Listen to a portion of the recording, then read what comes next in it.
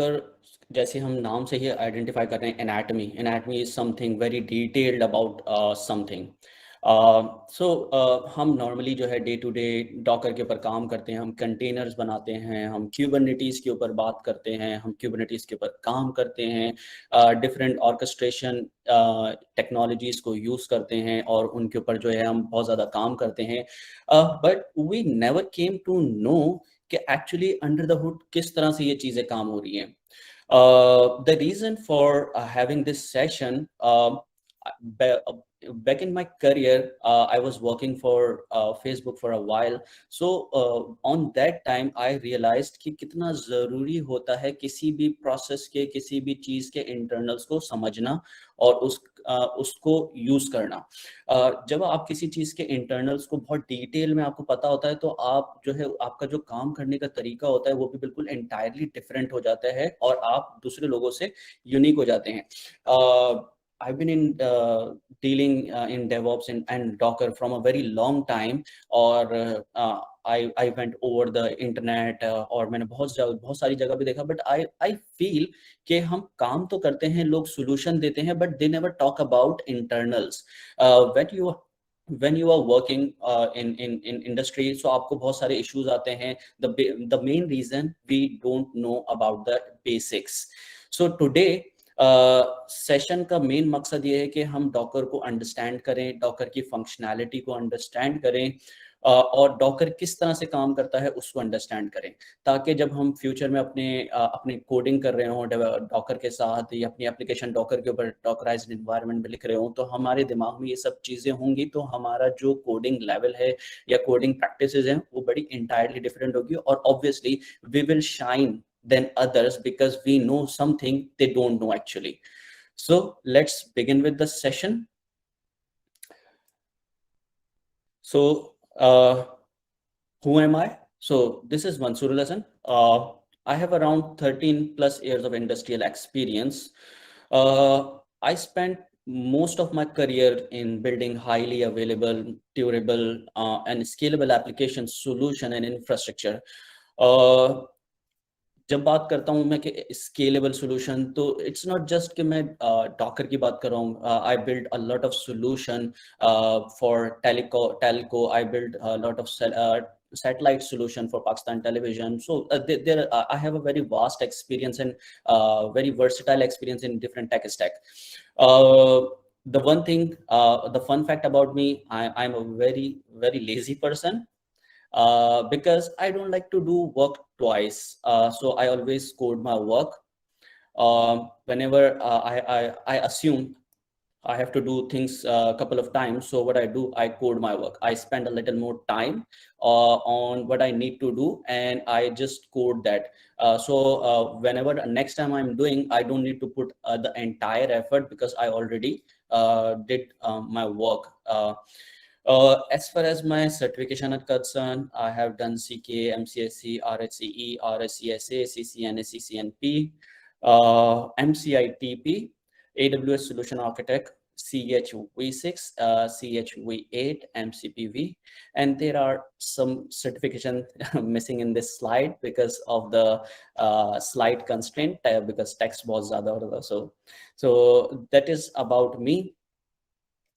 सो आगे बढ़ते हैं सेशन में, और अब हम डिस्कस करते हैं टारगेट ऑडियंस, किसके लिए हम ये सेशंस कंडक्ट कर रहे हैं. Because whenever we are working, so हमारी एक टारगेट ऑडियंस होती है. Whenever we are working on anatomy of something, so आपके टारगेट ऑडियंस थोड़ी सी डिफरेंट होती है. Those who already have working और those who have some sort of experience. So our target is solution architects, the people जो के solution building पे काम करते हो, एप्लीकेशन के आर्किटेक्चर के ऊपर काम करते हो, या जो एप्लीकेशन डिज़ाइन के ऊपर काम करते हो. If they come to know के डॉकर के इनसाइट्स और इंटरनल्स क्या हैं, they will better design the architecture. People from DevOps folks, the people who are working in the DevOps, because this is the key area nowadays for them. Everything is moving towards the cloud native environment, containerization, stateless. So DevOps के लिए इस चीज़ को समझना बड़ा ज़रूरी है कि what they are working on. So when they know कि वो किस चीज़ पे काम कर रहे हैं, they will be able to troubleshoot in a better way. Then developers of all levels, because right now applications जो हैं वो बड़ी मॉडर्न वे में लिखी जा रही हैं. लेगेसी स्ट्रक्चर जो था होता था कि हम एक ही सर्वर पे सारी चीज़ें डंप कर देते थे और सर्वर बेस्ड एप्लीकेशंस लिखा करते थे. तो it's moving, the world is moving away from this. So developer has to understand कि डॉकर के इंटरनल्स क्या हैं. Software architects, people again who are working on software designing, so if they know very well, so they will design in better way. System admins, all levels of SREs, and people who are pursuing their career in DevOps, SREs and solution architecture. So वो लोग जो अपना career इन 4-5 fields में pursue कर रहे हैं, तो उनके लिए बड़ा ज़रूरी है. Student who are pursuing a career in DevOps, जो वो लोग, वो स्टूडेंट्स जो अभी यूनिवर्सिटीज़ में हैं, तो वो अपने करियर को किस तरह से परसू कर रहे हैं डेवऑप्स में. नॉट इवन डेवऑप्स, अगर कोई डेवलपर भी है और वो अपना करियर परसू कर रहा है, तो they must need to understand in advance के बेसिकली क्या है. So moving towards the objectives of this session. इस सेशन में हम देखेंगे जो सीखेंगे एक्चुअली, मैं कोशिश करूंगा सिखाने की, बताने की, because I am also a student. तो मैं कोशिश करूंगा कि डॉकर के इंटरनल्स के टूवर्ड्स हम एक अंडरस्टैंडिंग बिल्ड करें कि डॉकर के जो कोर कंपोनेंट्स है वो किस तरह से फंक्शन करते हैं, जो कोर इंटरनल्स हैं वो आपस में किस तरह से फंक्शन करते हैं, इंटर प्रोसेस कम्युनिकेशन कैसी होती है, नेटवर्किंग कैसी होती है, स्टोरेज कैसे प्रिपेयर होता है, डॉकर में स्टोरेज किस तरह से रिजाइड करता है. सो डॉकर के इंटरनल्स को हम डीपली अंडरस्टैंड करेंगे. देन अबिलिटी टू अंडरस्टैंड कि डॉकर जो है आपके बेस होस्ट पे किस तरह से काम करता है. हमें ये तो पता है कि हम डॉकर इंजन इंस्टॉल कर देते हैं और डॉकर इंजन इंस्टॉल हो गया. अगर हम उबंटू पे apt-get इंस्टॉल docker.io कर लिया हमने, बट अंडर द हुड वो कैसे फंक्शन करता है, किन चीजों को यूटिलाइज करता है, we will try to learn that as well. Then we will build knowledge around C groups. There are components जो कि Docker यूज करता है कंटेनर को फॉर्मुलेट करने के लिए. उनमें से एक कंपोनेंट C ग्रुप है, तो हम उसको अंडरस्टैंड करेंगे C ग्रुप किस तरह से फंक्शन करता है लिनक्स लेवल पे, और किस तरह से वो डॉकर को हेल्प करता है कंटेनराइजेशन को बिल्ड करने के लिए. तो उसके बाद हम नेक्स्ट चीज़, हम डॉकर के स्टोरेज ड्राइवर्स के ऊपर बात करेंगे और उसके टूवर्ड्स अंडरस्टैंडिंग क्रिएट करेंगे कि डॉकर के स्टोरेज ड्राइवर किस तरह से काम करते हैं. अंडरस्टैंडिंग लेंगे टूवर्ड्स डॉकर नेटवर्किंग के हम डॉकर के अंदर इंटरनेट, डॉकर का जो कंटेनर है उसके अंदर इंटरनेट कैसे एक्सेसिबल होता है, या फिर हम उसके अलावा देखेंगे कि डॉकर के कंटेनर को आउटसाइड जब एक्सेस करते हैं तो अंडर द हुड क्या चीज़ें चल रही होती हैं. आखिर में हम देखेंगे बैकअप एंड रीस्टोर. सो ये हमारे ऑब्जेक्टिव्स होंगे नेक्स्ट 2 डेज के, कि हम इसमें कुछ ग्रास्प करने की कोशिश करेंगे और कोशिश करेंगे कि हम इसको समझें. बेसिकली हम एक अंडरस्टैंडिंग क्रिएट करना चाह रहे हैं कि व्हाई वी आर हेयर. जब तक हम इस अंडरस्टैंडिंग को क्रिएट नहीं करते तो हमारे अंदर इंटरेस्ट बिल्ड नहीं होता. So first we need to generate some interest कि ये सेशन हमारे लिए क्यों ज़रूरी है. बिकॉज जब हम अपने नॉर्मल डेज में एप्लीकेशंस के ऊपर काम कर रहे होते हैं या कोडिंग कर रहे होते हैं, तो बहुत टाइम ऐसा होता है कि आप कोड एप्लीकेशन तो आपके लिख देते हैं, बट जब वो रियल वर्ल्ड में जाती है तो उसकी फंक्शनिंग और उसकी जो परफॉर्मेंस होती है वो उस तरह से नहीं होती. आपने एक एप्लीकेशन डॉकर के ऊपर लिख दी, आपने उसको डॉकराइज कर दिया, बट बिकॉज आपको बहुत सारी चीज़ें नहीं पता थी, जिसकी वजह से आप वो कोर चीज़ें मिस कर गए जो कि आपकी एप्लीकेशन के परफॉर्मेंस या फिर उनकी रिजिलियंस या उनकी स्केलेबिलिटी के लिए बड़ी इंपॉर्टेंट फैक्टर करती थी. एक छोटी सी एग्जांपल देता हूँ कि बहुत सारे लोग जो हैं सॉकेट्स यूज़ करते हैं. इसमें मसला क्या होता है कि जब आपकी एप्लीकेशन स्केलेबल एप्लीकेशन डिज़ाइन कर रहे होते हैं और आप सॉकेट को यूज़ करते हैं और या फिर स्टिकी सेशंस यूज़ करते हैं, तो उनको वो डिफरेंट तरीके से डील करते हैं. लाइक कुछ लोग करते हैं कि 0MQ के अंदर जो आपका लोकल क्यूइंग्स इंजन होता है 0MQ, उसमें डाल देते हैं। अब आपकी एप्लीकेशन ने स्केल करा, अब क्योंकि उसका सेशन किसी और कंटेनर के अंदर पड़ा हुआ था, तो वो सेशन टर्मिनेट हो गया। तो इस तरह के बहुत छोटे-छोटे से फैक्टर्स होते हैं जो आपको अंडरस्टैंड करने की ज़रूरत होती है जब आप कोई भी एप्लीकेशन लिख रहे होते हैं या अपनी एप्लीकेशन को डिज़ाइन कर रहे होते हैं।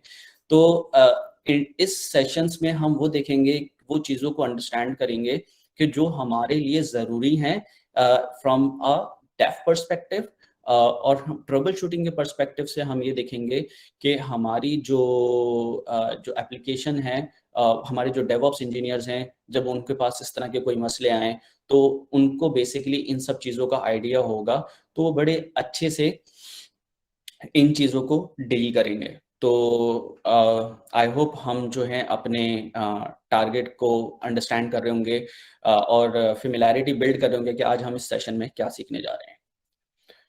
सो मूव करते हैं नेक्स्ट सेशन के ऊपर, नेक्स्ट स्लाइड के ऊपर। सो ये स्लाइड है what is Docker. So by the line we understand कि इसमें हम क्या पढ़ने वाले हैं, but wait, what that's mean? Before हम डॉकर को अंडरस्टैंड करें, there is a small topic जो हमें बड़ा इम्पॉर्टेंट है हमारे लिए इस मोमेंट के ऊपर। Types of virtualisation. सबसे पहले हमें अंडरस्टैंड करना है कि वर्चुअलाइजेशन की कितनी किस्म की टाइप होती है, बिकॉज जब हम डॉकर कंटेनर का नाम सुनते हैं तो हमारे दिमाग में एक वर्चुअल मशीन का कॉन्सेप्ट जनरेट हो जाता है और हम सोचते हैं कि डॉकर का कंटेनर एक वर्चुअल मशीन है, which is a wrong concept. So first we need to understand or make it very clear, Docker is never a virtual machine. हमने इस कॉन्सेप्ट को आज यहाँ से ख़त्म कर देना है कि वो लोग जो समझते हैं कि डॉकर और वर्चुअल मशीन सेम होते हैं, बिकॉज़ हम उसमें जो है डिफरेंट किस्म के ऑपरेटिंग सिस्टम इंस्टॉल कर लेते हैं। आज हम ये कॉन्सेप्ट लेके क्लियर करेंगे कि Docker is never been a virtual machine.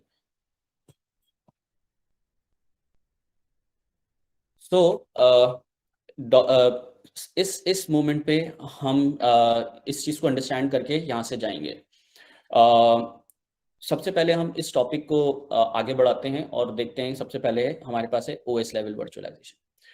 अच्छा, ओएस लेवल वर्चुअलाइजेशन होता क्या है कि हमारे पास डिफरेंट सॉर्ट ऑफ वर्चुअलाइजेशन होती हैं, उसमें से एक टाइप है OS level virtualisation. OS level virtualisation में क्या होता है कि आपके पास एक हार्डवेयर होता है, आप उस हार्डवेयर के अंदर जो है अपना ऑपरेटिंग सिस्टम इंस्टॉल करते हैं नॉर्मल वे में। तो ओएस लेवल वर्चुअलाइजेशन में क्या होता है, जो आपका हाइपरवाइजर होता है which is actually a operating system, हम अपने हाइपरवाइजर को ही एज ए ऑपरेटिंग सिस्टम अपने हार्डवेयर पे इंस्टॉल कर देते हैं और उस हार्डवेयर के ऊपर हम अपनी वर्चुअल मशीन्स क्रिएट करते हैं। तो इसमें क्या होता है कि जब आपका हाइपरवाइजर ओएस लेवल पे इंस्टॉल होता है तो हम उसको कहते हैं ओएस लेवल वर्चुअलाइजेशन। इसमें जो जो हमारा हार्डवेयर होता है वो डायरेक्टली इंटरेक्ट कर रहा होता है हमारे ऑपरेटिंग सिस्टम के साथ, और ऑपरेटिंग सिस्टम जो है अपने हमारे बेस हार्डवेयर के ऊपर जो है वर्चुअल मशीन क्रिएट कर रहा होता है। ये सोल्यूशन एंटरप्राइज या फिर जब आप बड़े लेवल के ऊपर वर्चुअल मशीन या प्रोडक्शन इन्वायरमेंट पे काम कर रहे होते हैं तो वहाँ पर आप ओएस लेवल वर्चुअलाइजेशन करते हैं। बहुत सारे फेमस टूल्स अवेलेबल हैं लाइक VMware ESXi जो एक बहुत मशहूर हाइपरवाइजर है। इसके अलावा Citrix है जो एक बहुत मशहूर हाइपरवाइजर है, ऑपरेटिंग सिस्टम है। इसी तरह से KVM है जो एक बड़ा मशहूर ऑपरेटिंग सिस्टम है। इस तरह से और भी बहुत से होंगे जो कि बेसिकली एज ए OS आपके हार्डवेयर पे इंस्टॉल्ड हो जाते हैं। तो उसके बाद नेक्स्ट चीज़ है हमारे पास एप्लीकेशन लेवल वर्चुअलाइजेशन। अच्छा, एप्लीकेशन लेवल वर्चुअलाइजेशन में क्या होता है कि आपका हार्डवेयर होता है, उस हार्डवेयर के ऊपर आपका ऑपरेटिंग सिस्टम होता है। लेट्स से आपने इंस्टॉल कर लिया उबंटू, या आपने इंस्टॉल कर लिया मैक ओएस, या आपने इंस्टॉल कर लिया Linux, Windows, whatever operating system. So आपने एक बेस लेवल पे ऑपरेटिंग सिस्टम इंस्टॉल कर लिया और आपने उसके ऊपर अपने जैसे नॉर्मल ऑपरेशंस होते हैं वो भी करने लगे। उसके ऊपर आपने कुछ hypervisor as a software install करा। तो जब आपने आप जो हाइपरवाइजर के थ्रू सॉफ्टवेयर इंस्टॉल कर हाइपरवाइजर को एज सॉफ्टवेयर इंस्टॉल करा, तो ये क्योंकि सॉफ्टवेयर जो है इज एन एप्लीकेशन, सो इसको हम कहते हैं एप्लीकेशन लेवल वर्चुअलाइजेशन। इसमें होता क्या है कि ये बेसिकली प्रोडक्शन ग्रेड के लिए नहीं होता, it's not suitable for production grade, it's just for developer to test और R&D के लिए, या फिर एक लो लेवल जहां पर आप अपनी टेस्टिंग एंड डेवलपमेंट या R&D के काम कर रहे हो, वहां तक तो सही है, but it's never meant for production environment. If you are pursuing के हम एप्लीकेशन लेवल पे अपना एक विंडोज इंस्टॉल करा हमने, उसके ऊपर हमने वर्चुअल बॉक्स इंस्टॉल कर दिया, या फिर हमने VMware का प्लेयर इंस्टॉल कर दिया, या फिर पैरेलल व्हाटएवर जो भी आपके एप्लीकेशन के वर्चुअलाइजेशन के टूल थे आपने इंस्टॉल करे और उनको प्रोडक्शन पे ले जाएं, so it's a bad practice. So application level virtualisation is just meant for development and R&D purpose. फिर जो हमारे पास नेक्स्ट है उसको हम कहते हैं kernel level virtualisation. Kernel level virtualisation it's a tricky concept. आप लोगों के व्हेनेवर दे अंडरस्टैंड के कर्नल लेवल, ये क्या चीज बात कर रहे हैं आप। सो कर्नल लेवल में क्या होता है कि आपका ऑपरेटिंग सिस्टम, आपका हार्डवेयर होता है फर्स्ट लेयर पे, उसके बाद सेकंड लेयर पे होता है आपका ऑपरेटिंग सिस्टम। ऑपरेटिंग सिस्टम के ऊपर आप operating system it's all dependent on kernel. So rather than आप अपनी ऑपरेटिंग वर्चुअल मशीन्स क्रिएट करें, आप उसमें अपने कर्नल को वर्चुअलाइज कर देते हैं। तो यहाँ पर हमारे पास कंटेनराइजेशन का कॉन्सेप्ट आ जाता है। कंटेनराइजेशन बेसिकली करता क्या है कि अच्छा, यहाँ पर छोटा सा मैं एक स्टॉप लूंगा, और बेसिकली क्योंकि हम एक ही जैसी बात कर रहे हैं एप्लीकेशन लेवल और कर्नल लेवल वर्चुअलाइजेशन में, तो इन दोनों में क्योंकि हम ये बोल रहे हैं कि हार्डवेयर है, हार्डवेयर के ऊपर ऑपरेटिंग सिस्टम है, ऑपरेटिंग सिस्टम के ऊपर हमारा कर्नल हमारा वर्चुअलाइज एनवायरनमेंट चल रहा है। तो बेसिक डिफरेंस क्या है? बेसिक डिफरेंस इज कि जब आप एप्लीकेशन लेवल वर्चुअलाइजेशन करते हैं तो आप अपना उसमें ऑपरेटिंग सिस्टम इंस्टॉल करते हैं, और वो ऑपरेटिंग सिस्टम अपना कर्नल लेकर आता है, विच इज अ ओवरहेड। कि अगर आपने एक हार्डवेयर के ऊपर 10 वर्चुअल मशीन क्रिएट करी है, तो इसका मतलब है कि आपने उस हार्डवेयर के ऊपर 10 एडिशनल कर्नल भी इंस्टॉल कर रहे हैं। अगर एक कर्नल जो है वो 55 MB की मेमोरी ले रहा है, तो यू कैन अस्यूम कि 10 जो आपकी 10 वर्चुअल मशीन है वो 500+ MB की जो है वो मेमोरी कंज्यूम कर रहे हैं for no reason. But kernel level virtualisation में क्या होता है कि आपके कंटेनर्स क्रिएट होते हैं, but they never install their own kernel, they utilise your base host kernel. जो आप जिस मशीन पे भी आप अपना कंटेनर इंजन इंस्टॉल कर रहे हैं, वो उसके बेस होस्ट को यूज करता है। यहाँ पे मैं 5 मिनट का ब्रेक लूंगा, और मैं आपको अगर आप लोगों के कोई सवाल हैं जो आपको लगता है कि मैं यहाँ पे आंसर कर सकता हूँ, because I wanted to make this session more interactive in a way कि हम ज़्यादा से ज़्यादा चीज़ें सीखें।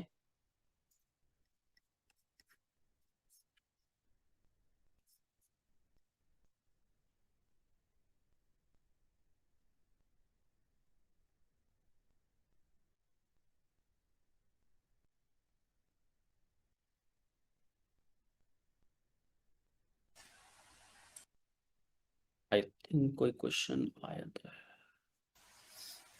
I have a question. Yes. I wanted to know that what is Alexis? Before Docker, I think there was a virtualization, containerization concept regarding Alexis. So अच्छा, before because thank you for the question, thanks for the raising. अच्छा, जो LXC होते थे, it's a default technology for Linux for containerisation. Docker एक product है, और Alexei और एलएक्सडी होते हैं, दो दो कंटेनराइजेशन के वो होते हैं। तो बेसिकली जो लिनक्स का नेटिव है वो एलेक्सी और एलएक्सडी है। जब भी आप जितने आपके रेड हैट के ऑपरेटिंग सिस्टम है, रेड हैट ने सबसे पहले जो है कंटेनराइजेशन का कॉन्सेप्ट निकाला था, और उन्होंने जो है वो कंटेनराइज एनवायरनमेंट को अपने ऑपरेटिंग सिस्टम में एम्बेड करा था, और उन्होंने उसका नाम दिया था एलेक्सी, लिनक्स कंटेनर्स। तो जब डॉकर आया तो डॉकर बेसिकली दोनों दोनों एक ही चीज़ है। अगर डॉकर ने वो जो कॉन्सेप्ट यूज करा है, डॉकर ने बेसिकली क्या करा कि डॉकर ने इंटरफेसेस ओपन कर दिए एज ओपन सोर्स, और और जो एलेक्सी था ना वो एक रेड हैट ओरिएंटेड था। रेड हैट या फिर उबंटू ने भी उसको अडॉप्ट करा, बट जब एलेक्सी के कंटेनर बनाए तो एलेक्सी के जो कंटेनर्स होते हैं वो रेड हैट के आर्किटेक्चर पे ही चलते हैं। तो डॉकर उसके ऊपर आया और डॉकर ने ये एबिलिटी दी कि आप अपने कंटेनर को किसी भी ऑपरेटिंग सिस्टम से उठा के किसी भी ऑपरेटिंग सिस्टम पे डिप्लॉय कर सकते हैं। आई hope I answered your question. Yeah, thanks. अच्छा, एक और क्वेश्चन है पुनीत का, I believe I am pronouncing the correct. अच्छा, isn't kernel more relevant to OS virtualization rather than app level virtualization? नहीं, ऐसा नहीं है। जो OS level virtualization है ना, उसमें क्या है कि आपका ऑपरेटिंग सिस्टम के ऊपर वर्चुअल मशीन्स क्रिएट हो रही हैं, ठीक है। वर्चुअल मशीन्स अपने कर्नल के साथ आ रही हैं, बट जो आपकी कर्नल लेवल वर्चुअलाइजेशन है ना, उसमें बेसिकली आपकी कर्नल नहीं इंस्टॉल हो रहा है। So it's little differ from each other, कि जहां एक जगह आपके कर्नल इंस्टॉल हो रहा है और एक जगह आप एग्जिस्टिंग कर्नल को के शेयर्ड रिसोर्सेज को एक्सेस कर रहे हैं। So it's a little tiny difference. Someone raise Usman Imam, I believe. Yes. Assalamu alaikum. वालेकुम सलाम। You briefly mentioned about hypervisor. I'm a developer, so I don't know much about those, but I do know that there are certain types of it. उसमें थोड़ा सा आप expand कर सकते हैं briefly? थोड़ा सा कॉन्टेक्स्ट देंगे ताकि मैं उसको डिटेल में थोड़ा सा डिफाइन करूं कि आप क्या समझना चाह रहे हैं। I'm trying to understand hypervisor के अगर वो एक sort of virtualization support कर रहा है Docker के perspective से, so वो किस तरीके से categorize करते हैं based on the types it has itself? Usman, आवाज चली गई। अच्छा, जहाँ तक मैं क्वेश्चन को अंडरस्टैंड कर रहा हूँ, उसके हिसाब से बताता हूँ कि जो आपका हाइपरवाइजर है ना, उसमें हमने बड़ी डिटेल में डिस्कशन करी है। तो उस डिस्कशन में ये है कि जो हमारे एप्लीकेशन है ना, उसको सीमलेस एनवायरनमेंट प्रोवाइड करना। अच्छा, वर्चुअलाइजेशन को हम इस तरह से ले सकते हैं कि सबसे मेन वजह क्या है वर्चुअलाइजेशन की? सबसे मेन वजह है वर्चुअलाइजेशन की ये कि आप अपने हार्डवेयर रिसोर्सेज को इफेक्टिवली यूटिलाइज कर सकें। एक छोटी सी एग्जांपल लेते हैं। आपके पास एक सर्वर आया जिसकी मेमोरी थी 32 GB ऑफ रैम। आपने उसके ऊपर एक एप्लीकेशन डिप्लॉय करी which is runs on CentOS। अब आपके पास मल्टीपल एप्लीकेशन है जो डिफरेंट किस्म के ऑपरेटिंग सिस्टम के ऊपर डिफरेंट किस्म के ऑपरेटिंग सिस्टम के ऊपर चलती है। लेट्स से आपकी एक एप्लीकेशन है जो उबंटू के ऊपर चलती है और दूसरी एप्लीकेशन है जो क्या नाम है अपना CentOS के ऊपर चलती है। तो क्या आप हर ऑपरेटिंग सिस्टम के लिए एक नया हार्डवेयर परचेज करेंगे? Obviously the answer is no, because you already have a sufficient hardware available in your premises. So virtualization gives you ability to utilize or maximize your hardware resources. So ये एक छोटा सा मैं पूरा context gate नहीं कर पाया था क्योंकि आवाज चली गई थी। So this is something which I understand.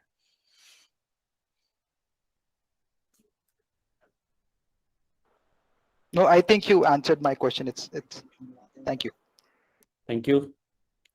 So back to presentation.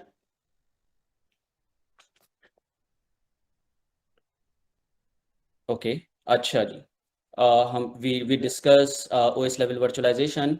Now it's time to discuss a little more about Docker. So what is Docker? Docker is open source project that enables you to provide seamless environment in staging and production. Obviously इस points को थोड़ा सा discuss करते हैं whenever I conduct sessions for Docker. So लोगों ने बोला कि डॉकर का यूज केस क्या है। बड़ी लेम सी मिसाल है। एक डेवलपर है, उसने बोला कि भाई कोड मेरी मशीन पे चल रहा है। अब जब हमने ना उसने अपना टेस्टिंग करी, डेवलपमेंट करी और उसने अपना कोड PR में मर्ज कर दिया। अब वही प्रोडक्शन वही जो कोड है वो QA पे गया या स्टेजिंग पे गया या किसी और एनवायरनमेंट पे गया, वहाँ पे जाके ब्रेक हो गया। तो डेवलपर जब अपने पास टेस्ट करेगा, बोला मेरे पास तो सही चल रहा है। फिर जब वहां पे जाके देखेगा तो वहां पे कोड फट रहा है।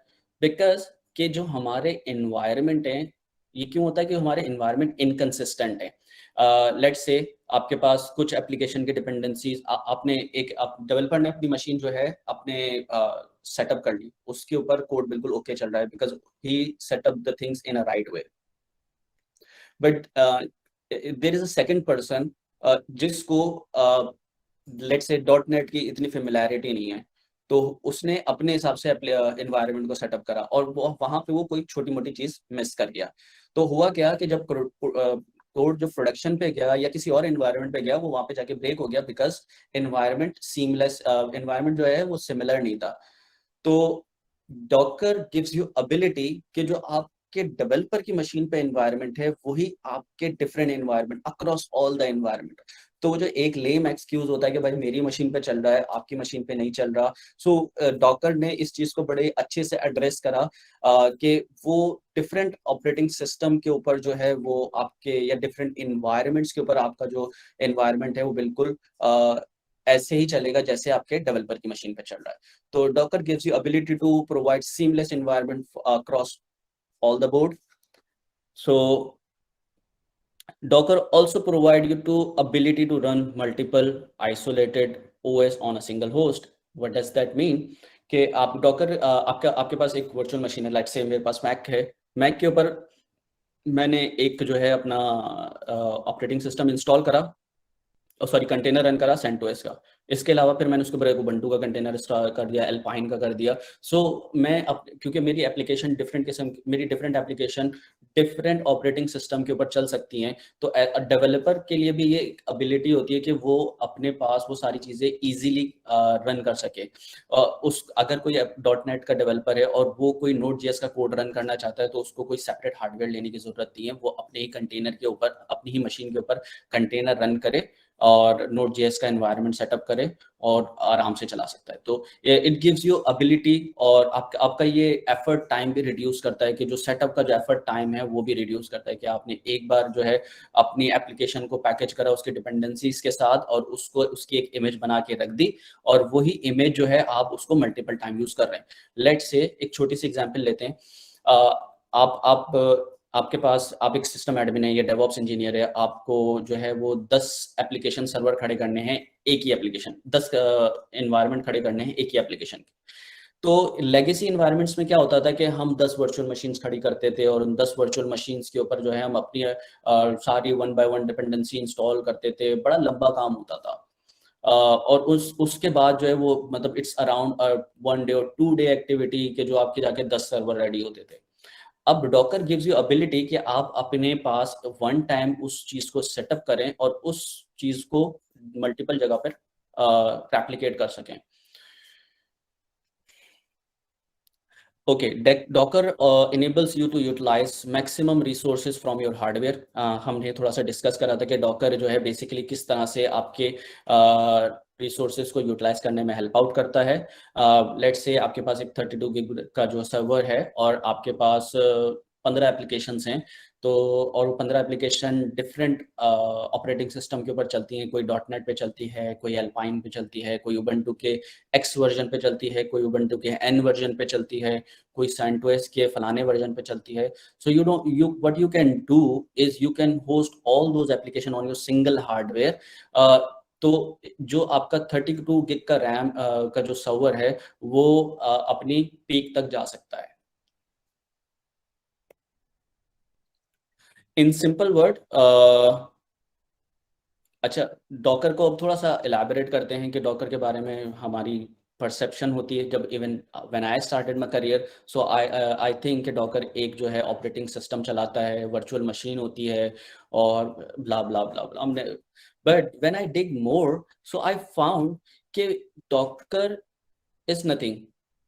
Docker is just a Unix process which actually runs in a isolation।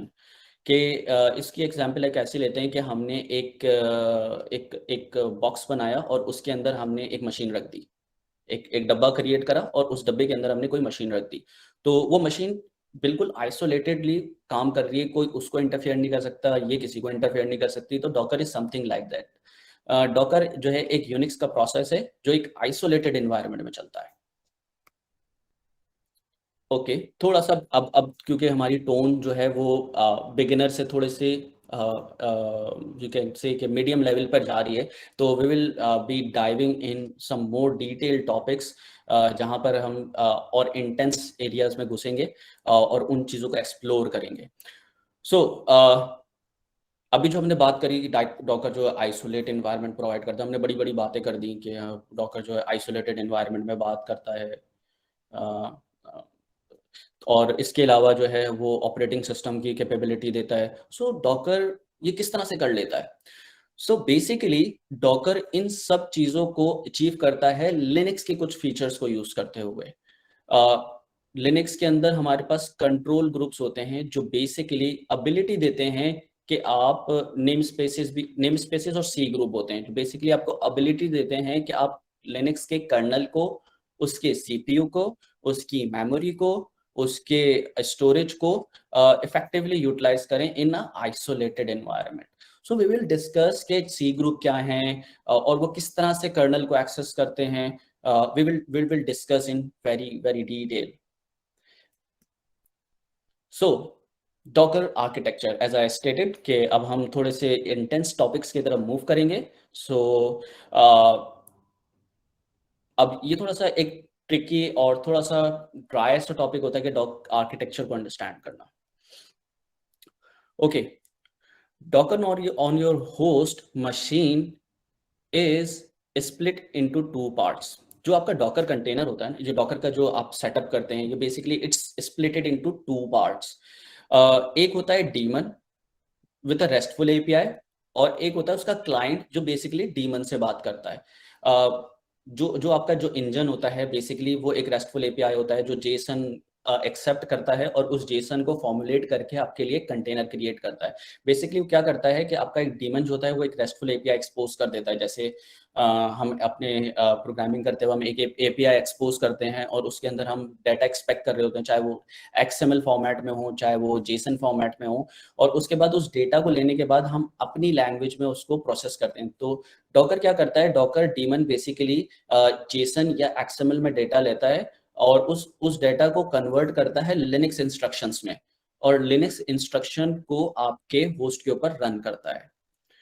और ये होता कैसा है कि आपके पास एक क्लाइंट होता है, जो आपकी CLI होती है वो आपका क्लाइंट है। वो क्लाइंट पे आप जैसे लिखते हैं डॉकर रन XYZ ब्ला ब्ला, तो वो क्या करता है, वो जो क्लाइंट होता है वो API को जो फीड देता है वो एक्चुअली इंस्ट्रक्शन नहीं होती है, वो एक रेस्टफुल कॉल होती है। उस रेस्टफुल कॉल वो जेसन होती है और वो जेसन जो है ना उसको फीड कर देता है डीमन को, और वो डीमन जेसन को लेता है और उनको कन्वर्ट करता है लिनक्स इंस्ट्रक्शंस में। So that's how it actually works. जो बेसिकली डॉकर का कोड लिखा हुआ है वो हाई लेवल के ऊपर पाइथन के ऊपर लिखा हुआ है। और इसके अलावा जो इसके जितने ड्राइवर्स हैं या इंटरफेसेस हैं मोस्टली ज़्यादातर पाइथन के ऊपर लिखे हुए हैं, और भी लैंग्वेजेस में लिखे हुए हैं बट मोस्टली ये पाइथन के ऊपर रिटर्न होता है। तो वो मशीन्स जिनके ऊपर पाइथन होता है डॉकर चलता है। Okay, so what happened docker के अंदर you invoke, we discuss, you invoke the docker client to get information or give instruction to the daemon. The daemon is a server, receive the request and returns the response from the client using HTTP protocol. तो होता क्या है कि आपने अपने demon से जो है वो एक रिक्वेस्ट इनिशिएट करी। वो रिक्वेस्ट जो है वो HTTP प्रोटोकॉल के थ्रू आपके क्लाइंट से आपने रिक्वेस्ट इनिशिएट करी और वो आपके डीमन पे गई HTTP प्रोटोकॉल के ऊपर, और सेम वे वो रिस्पॉन्स बैक भी आया। और जब वो रिस्पॉन्स बैक आया तो आपका जो क्लाइंट था ना उसने उस HTTP रिस्पॉन्स को कन्वर्ट करा लिनक्स या ह्यूमन अंडरस्टैंडेबल फॉर्मेट में। ठीक है, इसको थोड़ा सा देखते हैं। एक second, I hope I can navigate. Okay, actually मैं जो माउस नजर नहीं आ रहा, एनोटेट नहीं कर पा रहा मैं। एनीवेज, अच्छा, फ्रॉम स्टार्ट टू बॉटम, सबसे पहले हमारे पास एक लाइन लिखी हुई है, your host machine on which you have installed Docker, the host machine which will typically sits on your private network. जो बेसिकली आपकी एक होस्ट मशीन है, उसके अंदर आपके पास डॉकर क्लाइंट है और एक है डॉकर डीमन। आई थिंक अगर क्योंकि बेसिकली मुझे जो है ना माउस कर्सर चाहिए, आई कांट एनोटेट, तो मैंने थोड़ा सा अच्छा देखें, आई होप आप लोग को मेरा कर्सर नजर आ रहा होगा। सो सबसे पहले हमारी हमारी जो है ना एक ये वर्चुअल मशीन है, ये बेसिकली हमारी ये वर्चुअल मशीन है जिसके अंदर हमने डॉकर डीमन इंस्टॉल करा हुआ है और डॉकर क्लाइंट इंस्टॉल करा हुआ है। अच्छा, ये सारी जो कम्युनिकेशन है ना ये HTTP के प्रोटोकॉल के ऊपर हो रही है। अच्छा, इसके डिफरेंट कंपोनेंट्स हैं, इसके डिफरेंट कंपोनेंट्स है, लाइक डॉकर हब है, another Docker registry, private Docker registry, but we will stick on this particular piece. आपका क्लाइंट है, क्लाइंट ने रिक्वेस्ट इनिशिएट करी, लेट्स से उसने करा डॉकर PS, तो वो डेमन के पास गया HTTP रिस्पॉन्स लेकर। HTTP रिस्पॉन्स के अगेंस्ट में इसने एक जेसन आपको जो है वो रिटर्न करा क्लाइंट के पास। क्लाइंट ने उस जेसन को जो है कन्वर्ट करा जो लिनक्स अंडरस्टैंडेबल या ह्यूमन अंडरस्टैंडेबल आउटपुट में और आपकी स्क्रीन के ऊपर डिस्प्ले कर दिया। सो अगर उस डीमन ने कोई चीज पुल पुश करनी है, लेट्स से आपने कहा डॉकर पुल इमेज, डॉकर पुल और इमेज का नाम, तो होगा क्या कि डीमन जो है बेसिकली आपकी प्राइवेट रजिस्ट्री को HTTP कॉल देगा और HTTP कॉल जो है बेसिकली प्राइवेट रजिस्ट्री से लेके आपकी इमेज को नीचे लेकर आ जाएगा आपके होस्ट मशीन के ऊपर। The same goes with like अगर आपने पुश करना है, पुल करना है, तो एक HTTP कॉल जाएगी आपके एक्सटर्नल पब्लिक रजिस्ट्री को या XYZ रजिस्ट्री को और आपके पास जो है वो इमेज पुल हो जाएगी। सो ये बेसिकली डॉकर का आर्किटेक्चर है। जो अंडर द हुड काम करता है कि हमारे पास क्लाइंट होता है, डीमन होता है और वो HTTP के प्रोटोकॉल के ऊपर एक दूसरे से कम्युनिकेट कर रहे होते हैं। Now, before we move to further, I will have some window to ask question. So if you guys have any question, I think someone raised the hand.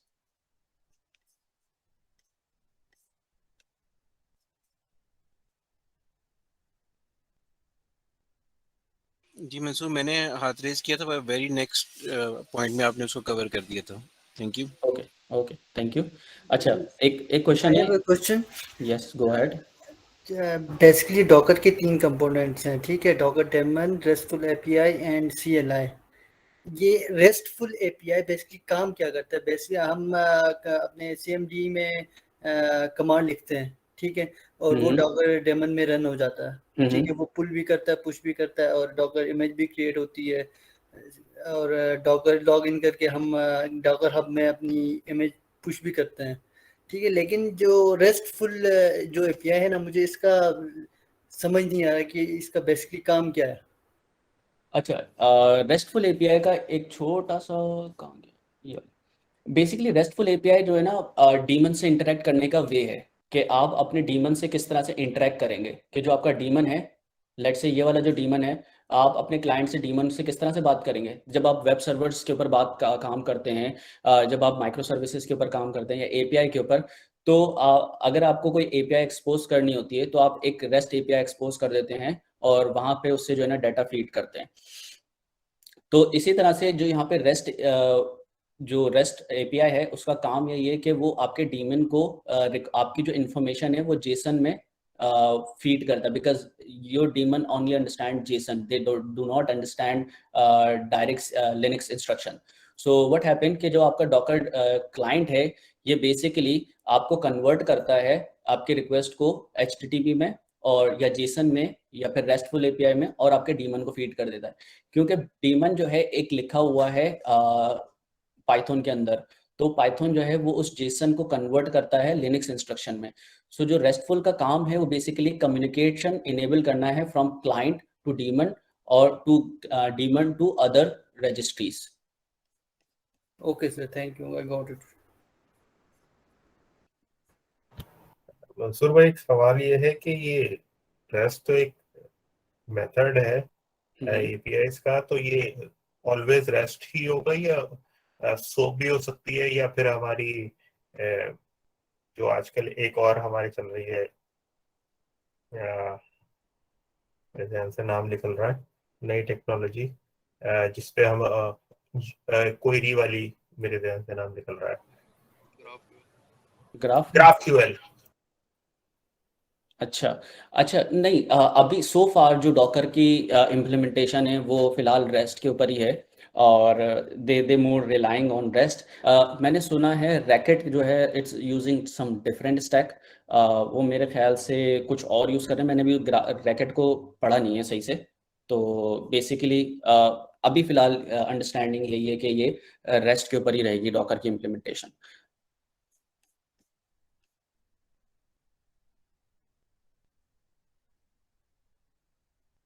ठीक है, अच्छा एक सवाल था किसका, is it post request happen under the hood? Yes, actually होता क्या है, जो आपकी पोस्ट या गेट की रिक्वेस्ट होती है ये आपका क्लाइंट के अंडर होती है, ये आपका client basically under the hood ये सारे काम कर रहा होता है।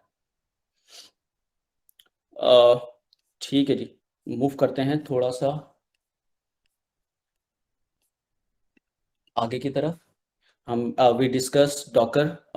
Now it's a little more deeper topic. Docker internals. Docker take advantage of several features of the Linux kernel to deliver its functionality. ये हम पिछले काफ़ी टाइम से डिस्कस कर रहे हैं कि डॉकर जो है किस तरह से वो लिनक्स के कुछ फीचर्स को यूज़ करता है टू डिलीवर कंटेनर बनाने के लिए। ठीक है, तो वो उनमें से एक चीज़ जो है वो है कर्नल नेम स्पेसेस, कर्नल के नेम स्पेसेस को यूटिलाइज करते हुए। सेकंड चीज़ है सी ग्रुप्स। ठीक है, सी ग्रुप्स को यूज़ करते हुए kernel namespaces C groups अभी हम काफ़ी देर से सुन रहे हैं, तो we will see in action as well. Then we have IP tables.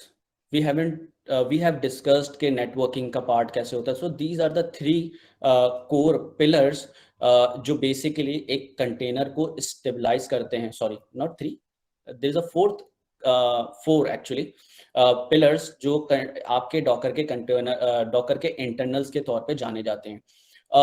इनमें इनको थोड़ा थोड़ा सा डिटेल में डिस्कस करेंगे, बट इनमें से हर एक कंपोनेंट का अपना एक काम होता है। नेम स्पेस एक अलग काम करता है, सी ग्रुप्स एक अलग काम करता है, आईपी टेबल्स एक अलग काम करता है, स्टोरेज प्लगइन्स अगेन थोड़ा सा अलग काम करते हैं। Starting with kernel namespaces basically जैसे आपने वर्क स्पेसेस का कॉन्सेप्ट सुना होगा, नेम स्पेसेस भी सिमिलर हैं उसी तरह से। जो नेम स्पेसेस होते हैं ये बेसिकली आपको आइसोलेटेड एनवायरनमेंट प्रोवाइड करते हैं कि आपकी जितनी रिसोर्सेज हैं उनको एक बाउंडेड एरिया में इनकैप्सुलेट कर देते हैं और एक ऑब्जेक्ट बना देते हैं उनका इनक्रिप्टेड या यू कैन से आइसोलेटेड एक ऑब्जेक्ट क्रिएट कर देते हैं जो जो अपने साइलो में रहता है। वो उस रिसोर्सेज को कोई नहीं दे सकता, ये रिसोर्सेज किसी को नहीं देख सकती। तो इट्स मोर लाइक कि वो आपके लिए एक बाउंड्री क्रिएट कर देता है, इनक्रिप्टेड बाउंड्री क्रिएट करता है ताकि दूसरी रिसोर्सेज इसको एक्सेस ना कर सकें और ये किसी दूसरी रिसोर्स को हर्ट ना कर सके for any sort of reason. Then second चीज है C groups. C groups basically known as control groups. ये बेसिकली जो आपकी रिसोर्सेज होती है ना, मेमोरी, आपके क्या नाम है अपना नेटवर्क, आपके सीपीयू, आपकी ड्राइव्स, स्टोरेज, ये उनको कंट्रोल करता है, उनकी उनकी लिमिट्स को डिफाइन करता है कि none of them can access this, none of them access, मतलब वो इस पर्टिकुलर हाइट से ज़्यादा नहीं ग्रो कर सकें, लिमिट्स डिफाइन करता है। सो सी ग्रुप जो है बेसिकली आपकी लिमिट्स डिफाइन करता है, जो आपका नेम स्पेसेस होता है वो आपकी आइसोलेशन क्रिएट करता है। Then we have IP tables, जो आपके कंटेनर्स होते हैं ना, कंटेनर्स ऑब्वियसली जब आप एप्लीकेशन क्रिएट करते हैं वो नेटवर्किंग भी उनकी एक मेन रिक्वायरमेंट होती है। तो आप वो जो कंटेनर है वो किस तरह से नेटवर्किंग कर रहे होते हैं, तो under the hood IP tables उनको हेल्प आउट कर रहे होते हैं, जो क्या, ताकि वो इंटरनेट को एक्सेस कर सकें या इंटरनेट से एक्सेस हो सकें। तो then we have a last pillar which is storage plugins. Storage plugins basically obviously जब हम किसी भी ऑब्जेक्ट की बात या किसी भी ऑपरेटिंग सिस्टम के ऊपर कोई काम करते हैं तो it requires some storage, even for temporary purposes or for permanent purposes. So storage plugins जो हैं basically आपको एक इंटरफेस देते हैं कि आपका कंटेनर जो है आपके जो होस्ट मशीन है उसके ऊपर अपना टेम्परेरी डाटा स्टोर कर सके या इंफेरल डाटा स्टोर कर सके। जो LXC और LXC और डॉकर में सिर्फ इतना सा डिफरेंस है क्योंकि डॉकर ने इस यूनिफॉर्म स्टैंडर्ड्स क्रिएट करें कि कोई उसने एक इंटरफेसेस डिफरेंट लेवल पे इंटरफेसेस लिख दिए डॉकर ने कि अगर आपने सी ग्रुप्स को एक्सेस करना है तो और चाहे वो ऑपरेटिंग सिस्टम कोई सा भी हो तो उसने एक स्टैंडर्ड पैटर्न फॉलो करा हुआ है कि वो अगर आप डॉकर को किसी भी उस पर इंस्टॉल करें तो वो सेम सिमिलर फंक्शनैलिटी देगा, चाहे आप उसको मैक पे इंस्टॉल करें, चाहे आप उसको उबंटू पे करें, बिकॉज के उसने इंटरफेसेस लिखे हुए हैं। वो इंटरफेसेस आपको जितने ओपन सोर्स सॉफ्टवेयर्स होते हैं ना, अगर आप क्यूबरनेटीज की बात करें तो वो इंटरफेसेस प्रोवाइड करते हैं ताकि लोग उसके ऑन टॉप अपनी डेवलपमेंट कर सकें। तो डॉकर ने भी इसी तरह का कुछ काम किया है। डॉकर ने इंटरफेसेस लिखे हैं जो बेसिकली इन 4 पिलर्स के ऊपर रिलाई करते हैं। ठीक है जी, मूव करते हैं namespaces. We just discuss के नेम स्पेसेस होते हैं और वो किस लिए होते हैं, आइसोलेशन के लिए होते हैं। सो डॉकर के केस में क्या काम करते हैं? डॉकर इंजन अभी हमने नेम स्पेसेस की बात करी थी। अब हम डिस्कस करेंगे कि कौन कौन से नेम स्पेस, क्योंकि एक लिनक्स के ऑपरेटिंग सिस्टम में बहुत सारे नेम स्पेसेस होते हैं।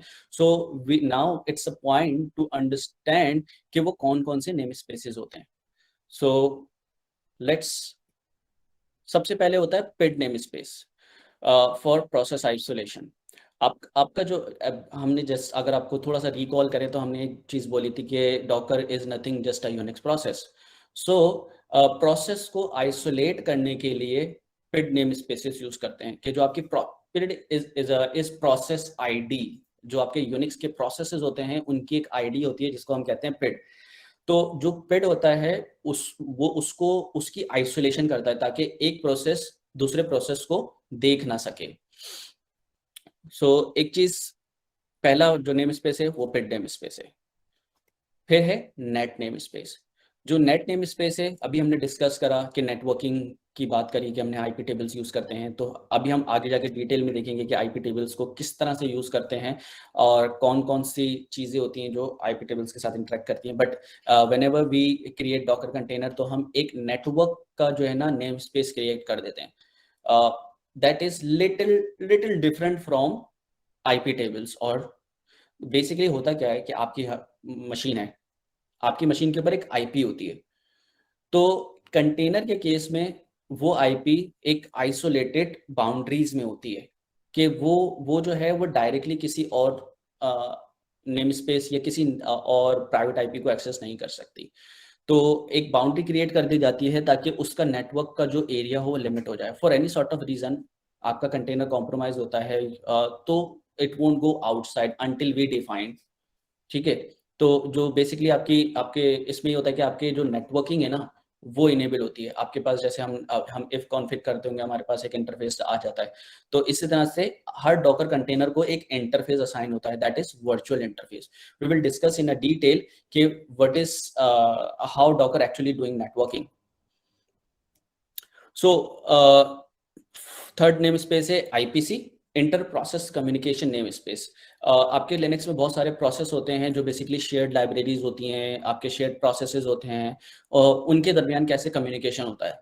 तो जो इंटर प्रोसेस कम्युनिकेशन के लिए जो हम जो जैसे एक डॉकर कंटेनर क्रिएट होता है तो वो उस डॉकर कंटेनर को जितने शेयर्ड रिसोर्सेज चाहिए होते हैं वो उनको एक नेम स्पेस में ले आता है और उसी पर्टिकुलर बाउंड्री में वो उनको एक्सेस कर रहा होता है।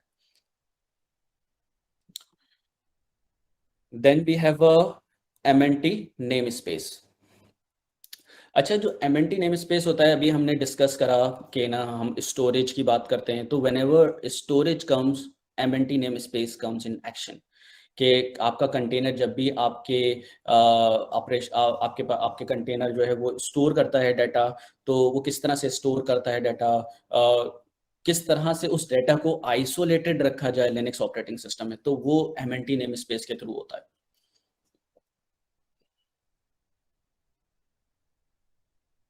ओके, यूटीएस नेम स्पेस ये बेसिकली कर्नल के उसके केस में होता है कि जो कर्नल होता है हमारा उसको किस तरह से उसके वर्जन को आइडेंटिफाई किया जाए, उसको आइसोलेट करा जाए, अगर कर्नल की तरफ कोई कॉल जा रही है उसको कैसे आइसोलेट किया जाए.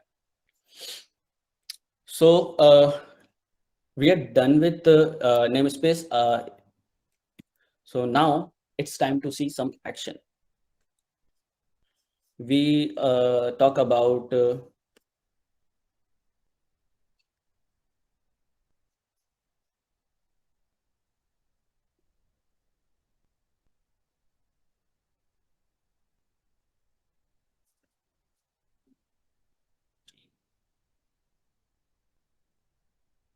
तो मैंने एक सर्वर खोल लिया है.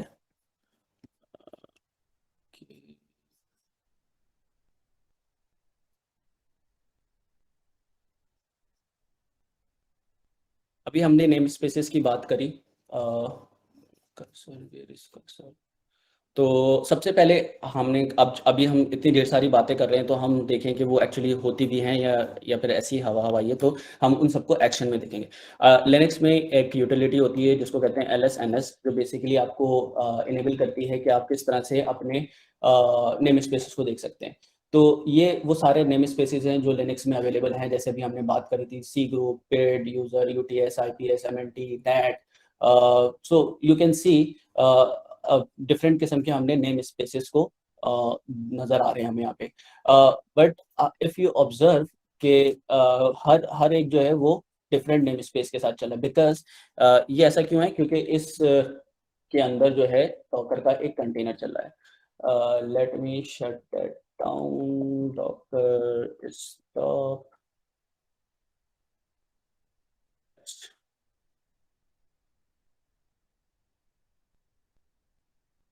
तो इसमें डिफरेंट किस्म के नेम स्पेस नजर आ रहे हैं हमने. जैसे अच्छा, हर नेम स्पेस के अंदर जो एक कमांड है ना वो भी नजर आ रही होगी कि आपका वो नेम स्पेस कौन सी कमांड को यूज कर रहा है. लिनक्स के अंदर एक इनिट कमांड होती है बेसिकली जो आपके ऑपरेटिंग सिस्टम को इनिशियलाइज करती है. तो ये जो है ये एक इस नेम स्पेस के अंदर 1835 के अंदर जो सी ग्रुप, जो इसका टाइप है वो सी ग्रुप है. नेम स्पेस इसकी ये है, और उसका नेम स्पेस का जो प्रोसेस है वो ये है, और उसके अंदर कमांड्स जो है वो ये चल रही है. इसी तरह से डिफरेंट किस्म के देखिए IPC है उसका 1839 है, और उसका जो उसके अंदर जो कमांड चल रही है वो इनिट चल रही है, और उसका जो यूजर है वो रूट है.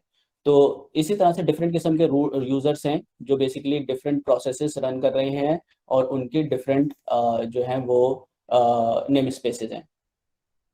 अगर मैं दोबारा से कमांड एग्जीक्यूट करूं तो मेरे पास अब कम हो गए होंगे, क्योंकि मेरे पास जो डॉकर का कंटेनर था वो बंद कर दिया है मैंने. प्रीवियसली हमारे पास थोड़े ज़्यादा थे क्योंकि हमारे पास कंटेनर चल रहा था. इफ़ यू सी कि ये जो बैश बैश बैश बैश नज़र आ रहा है, ये एक डॉकर के कंटेनर से आ रहे थे. जितनी बैश की कमांड है ना, क्योंकि हमने कंटेनर के अंदर बैश की कमांड रन करी थी, तो उसने कौन कौन से नेम स्पेस क्रिएट करे? MNT, UTS, IPC, paid, net. यही सब चीजें अभी हम डिस्कस करते हुए आए थे. अगर मैं अभी इसको स्टार्ट कर दूं डॉकर स्टार्ट टेस्ट, तो ये सब चीजें मुझे दोबारा नजर आने लगेंगी. तो यू सी कि जैसे ही मैंने स्टार्ट करा तो ये उसने वो सारी नेम स्पेसेस दोबारा से स्टार्ट कर दी. MNT, UTS, IPC, पेड और नेट. हर नेम स्पेसेस जो है जैसे हमने अभी डिस्कस करा था कि IPC का क्या काम है, UTS का क्या काम है, MNT का क्या काम है. तो we discuss. So now we understand कि जो अब तक हम बातें कर रहे थे कि जो डॉकर का कंटेनर है वो नेम स्पेसेस यूज करता है, वी प्रूव्ड कि हम जो अभी तक बातें कर रहे थे that's true. So now we will see कि हम जो नेम स्पेसेस हैं उनके पिड कैसे चेक कर सकते हैं. LSNS और उसकी टाइप कर देंगे हम पिड. तो अब हमारे पास देखें, हमारे पास दो पिड आ रही है. अभी तक हमने डिस्कस करा था कि नेम स्पेसेस, अब हम डिस्कस कर रहे हैं कि पिड के नेम स्पेस को स्पेसिफिकली डिस्कस कर रहे हैं. जो हमने सबसे पहले नेम स्पेस डिस्कस करा था अपने उसमें. तो अब जो लिनक्स होता है ना, लिनक्स में आपका जो जो इनिट प्रोसेस होता है जिसको हम कहते हैं मास्टर प्रोसेस या रूट प्रोसेस, वो हमेशा एक चलता है, और उसके अंदर डिफरेंट किस्म के आपके प्रोसेसेस इनिशिएट होते हैं. अगर आप मैं अगर इसको ऐसे दिखाऊं PSAUX हाँ, तो यहाँ पर एक प्रोसेस होगा जिसकी रूट आईडी होगी 1। तो अगर आप ये देखें तो जब आपका लिनक्स का मशीन स्टार्ट होता है ना, तो उस वक्त जो सबसे पहले प्रोसेस स्टार्ट होता है उसको कहते हैं एसबिन इनिट। ये बेसिकली आपके लिनक्स के कर्नल को स्टार्ट करता है, और इसीलिए इसका हमेशा, और इसके अगेंस्ट जो नेम स्पेस क्रिएट होता है ना, वो हमेशा उसके अंदर कमांड आपको ये नजर आएगी, और इस ही नेम स्पेस के अंदर हमें सब कुछ नजर आएगा। इसी नेम स्पेस के अंदर सारी चीजें, अगर अगर क्योंकि ये बेसिकली पेरेंट नेम स्पेस कहते हैं इसको, जो आपका जिसकी पेड आईडी 1 होती है उसको कहते हैं हम पेरेंट नेम स्पेस, और ये पेरेंट नेम स्पेस जो है बेसिकली सब कुछ देख सकता है। सही है जी। ठीक है, तो उसके बाद हमारे पास एक और नेम स्पेस नजर आ रहा है। होना क्या चाहिए था कि अगर मैं अभी इसको प्रूव करता हूँ, डॉकर स्टॉप,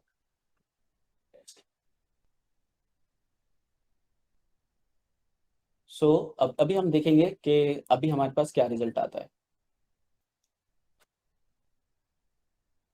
अभी हमने जब ये कमांड एग्जीक्यूट करी थी तो हमारे पास 2 थे, अब हमारे पास 1 है। तो इसका मतलब है कि जो डॉकर है वो जैसे ही हम उसको स्टार्ट करते हैं तो वो एक अपना पिट का नेम स्पेस स्टार्ट कर देता है। उस पिट के नेम स्पेस में ये बैश की कमांड एग्जीक्यूट करा देता है। तो जो नेम स्पेस है ना, उसके लिए, हर नेम स्पेस के लिए उसकी प्रोसेस आईडी जो होती है ना वो 1 होती है, जो इनिट प्रोसेस आईडी होती है। जैसे हमने हमारा जो लिनक्स है उसके अंदर इस कमांड की प्रोसेस आईडी 1 होगी, और जो हमारा कंटेनर है उसके अंदर इसकी बैश की कमांड की प्रोसेस आईडी 1 होगी। सो हमारे कंटेनर, क्योंकि कंटेनर को नहीं पता कि इसके बाहर भी कोई दुनिया है, तो इसलिए वो अपने आप को अज्यूम करता है कि जो बैश कमांड स्टार्ट हुई है ना, ये मेरा रूट प्रोसेस है। इन एक्चुअली इसकी प्रोसेस आईडी ये है। जो अभी तक हम डिस्कस करते हुए आए हैं कि प्रोसेस आईडी के किस तरह से डॉकर मेन कर्नल को यूज कर सकता है, तो we are proving at the moment कि जो आपका मेन प्राइमरी प्रोसेस होता है उसके अंदर जो आपका कंटेनर है इट्स जस्ट अ प्रोसेस। अगर मैं इस प्रोसेस आईडी को गेट करूं, PSAUX 5 sign grab 42, तो यू विल सी कि हमारे पास क्लाउड अंडरस्कोर यूजर के थ्रू एक प्रोसेस चल रहा है जिसकी आईडी है 4432, और ये क्या कर रहा है, GVS, ये बेसिकली मेटा डाटा, ये बेसिकली डॉकर के प्रोसेस की आईडी है जो कि इस यूजर से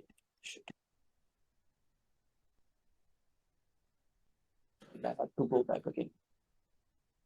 तो ठीक है, एक चीज तो हमने यहाँ तक डिस्कस कर ली। अब हमने देखना है कि जो हमारा जो जितनी नेम स्पेसेस हैं उनके अंदर जितने प्रोसेसेस हैं वो कौन कौन से हैं। पहले तो हम इसको स्टॉप कर देते हैं ताकि हमारे पास क्लियर पिक्चर आए। डॉकर स्टॉप टेस्ट, ठीक है जी। अब हम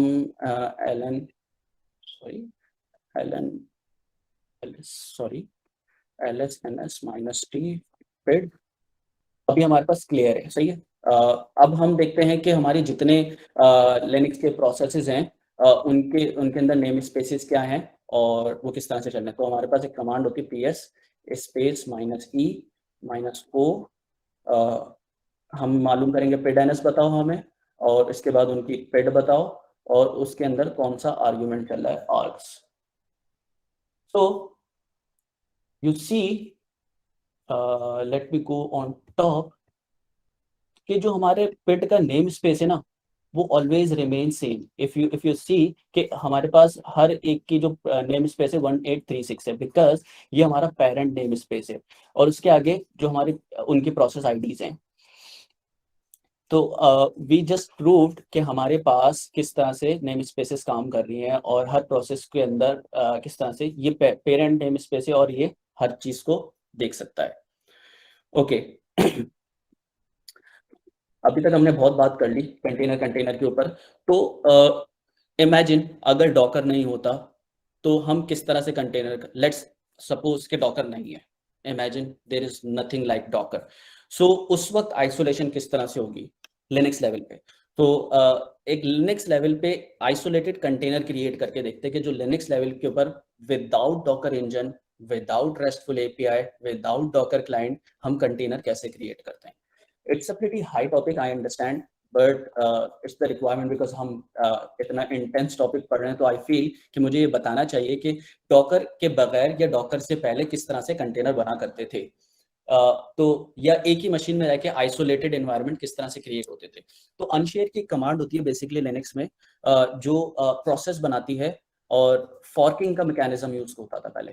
अगर जो लोग सिस्टम एडमिन के बैकग्राउंड से हैं या जिन्होंने सिस्टम एडमिनिस्ट्रेशन पढ़ी होगी, तो इस फॉर्किंग के कॉन्सेप्ट को बड़े अच्छे से अंडरस्टैंड करेंगे। लिनक्स में पहले कंटेनर या आइसोलेटेड एनवायरनमेंट बनाने के लिए फॉर्किंग का कॉन्सेप्ट यूज होता था। सो वो स्टिल देयर है, क्योंकि प्रोसेस तो वैसे, क्योंकि सब चीजें तो उसी के ऊपर लिखी हुई हैं। तो बेसिकली हमने क्या करा, हमने एक अनशेयर, बेसिकली एक यूटिलिटी है जो आइसोलेटेड नेम स्पेसेस क्रिएट करती है आपकी, और फॉर्क का मैकेनिज्म यूज करती है। और जो प्रॉक है ना, प्रॉक का जो फोल्डर होता है, आप जो लिनक्स के बैकग्राउंड से उनको पता होगा, /proc का एक फोल्डर होता है जिसके अंदर आपके लिनक्स के सारे प्रोसेसेस होते हैं। तो ---mount-proc क्या करता है कि आपके प्रॉक फोल्डर को आपके करंट शेल के अंदर लोड कर देता है। अब जो मेरा करंट शेल है वो है bin bash। मैंने कहा कि भाई मेरा जो प्रॉक का फोल्डर है ना, उसको जो मेरा bin bash का करंट शेल है ना, उसके अंदर लोड कर दो। अच्छा, बिफोर मैं इस चीज पे जाऊं, कुछ चीजें प्रूफ करनी है मैंने, तो इसको मैं कमेंट करता हूँ लाइन को, और अभी मैं दिखाता हूँ। अभी मैं जब ps-aux करता हूँ तो मेरे पास इस तरह के ढेर सारे प्रोसेस आ जाते हैं।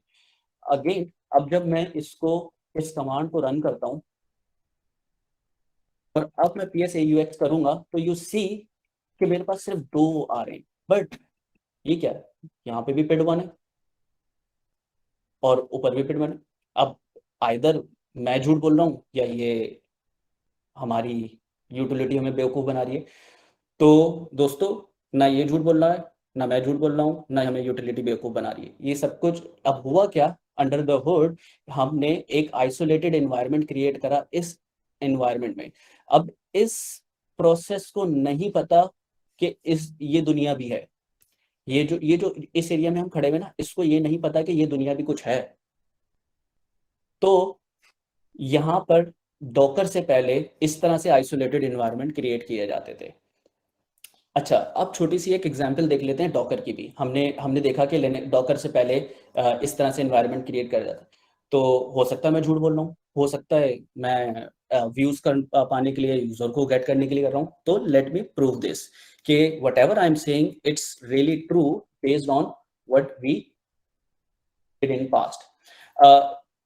Let's run a container. Docker run space -it space -d -name my container। इसको कर देते हैं C1, कर देते हैं C1, और इमेज हम ले लेते हैं Ubuntu।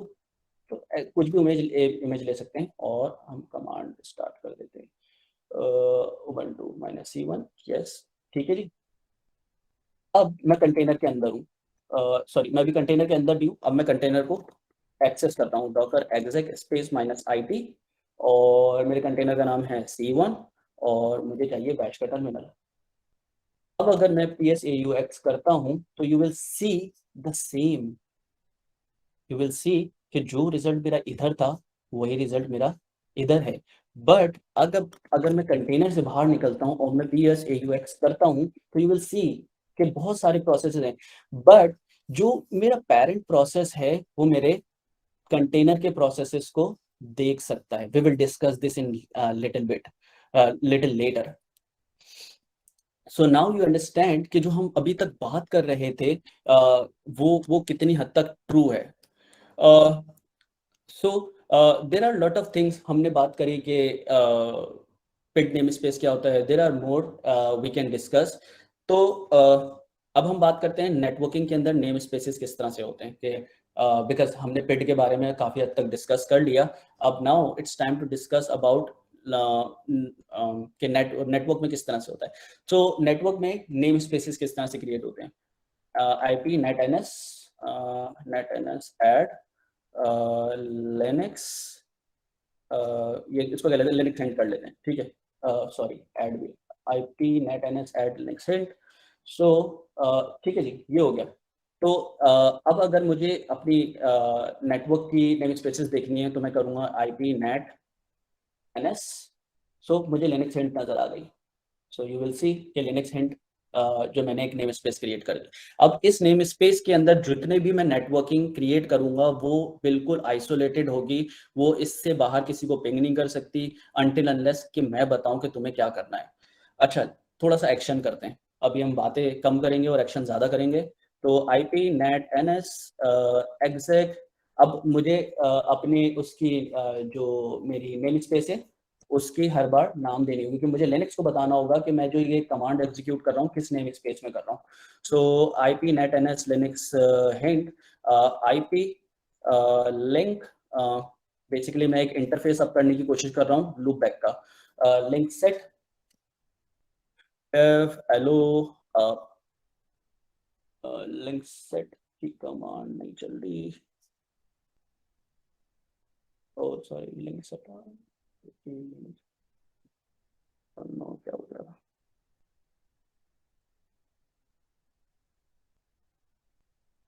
है। हेलो आप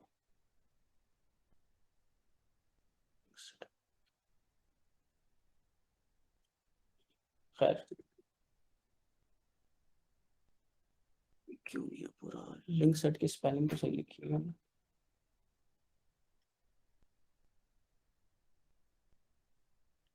exact Linux hint IP link, yes sorry typo mistake था, लिंक और सेट मिल गए थे आपस में।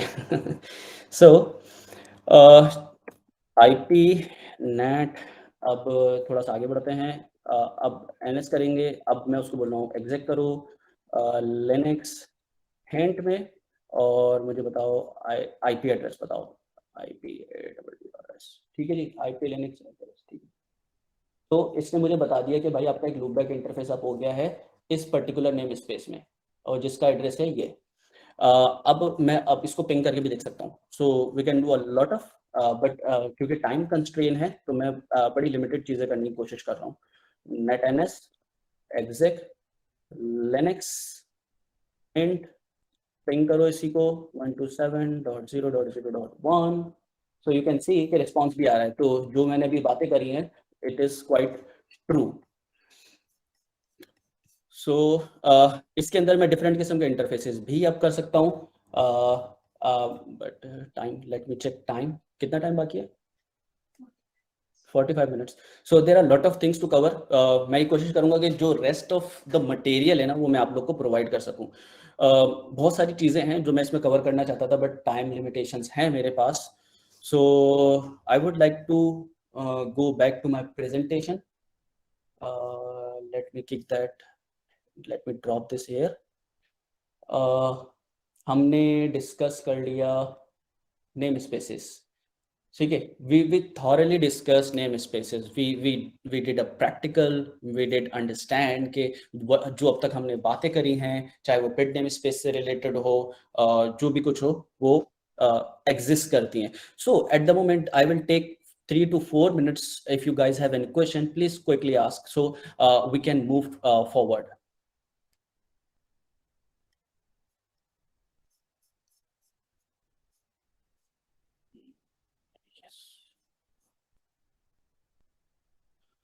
Okay, can we monitor those requests? I don't know which request. थोड़ा सा जिस कुनित I believe. हाँ 30 minutes है। 30 minutes ago, this question was. Okay. HTTP request, okay, तो ये सवाल मैंने अभी देखा क्योंकि हम तकरीबन 15-20 मिनट से जो है वो प्रैक्टिकल साइट के ऊपर थे। HTTP request we don't need to monitor because there is nothing to do for us. हमें इन चीज़ों से कोई कंसर्न नहीं है। जो डॉकर का इंजन है वही इन HTTP रिक्वेस्ट को मॉनिटर करता है, वही रिस्पॉन्सिबल होता है इसकी लाइफ साइकिल को मैनेज करने के लिए। So we don't need to worry about at all. So I hope I answer your question, और मे बी मैंने सही क्वेश्चन गेट करा हो। There are a lot of things to cover. We are just less than half part of our. Okay, let's quickly move. We just work with Docker. So इस presentation में जो हमने अभी करा है वो हम इसको देखते हैं। डॉकर पीएस, अच्छा एक और चीज होती है जिससे जो है ना आप नेम स्पेसेस को डॉकर के एस्पेक्ट से कनेक्ट कर सकते हैं। अभी तक हमने बात करी थी हम डॉकर के बगैर। अब दिस इज द प्रोसेस जो बेसिकली आप डॉकर के सारे नेम स्पेसेस को लिनक्स से कनेक्ट कर सकें। डॉकर ने एक नेम स्पेसेस बना दिए, वी अंडरस्टैंड, बट हम उन सेपरेट नेम स्पेसेस को भी कनेक्ट कर सकते हैं। So before we move I wanted to show you as well, ताकि कोई चीज, कोई खलिश बाकी ना रह जाए हमारी। ओके, तो नेम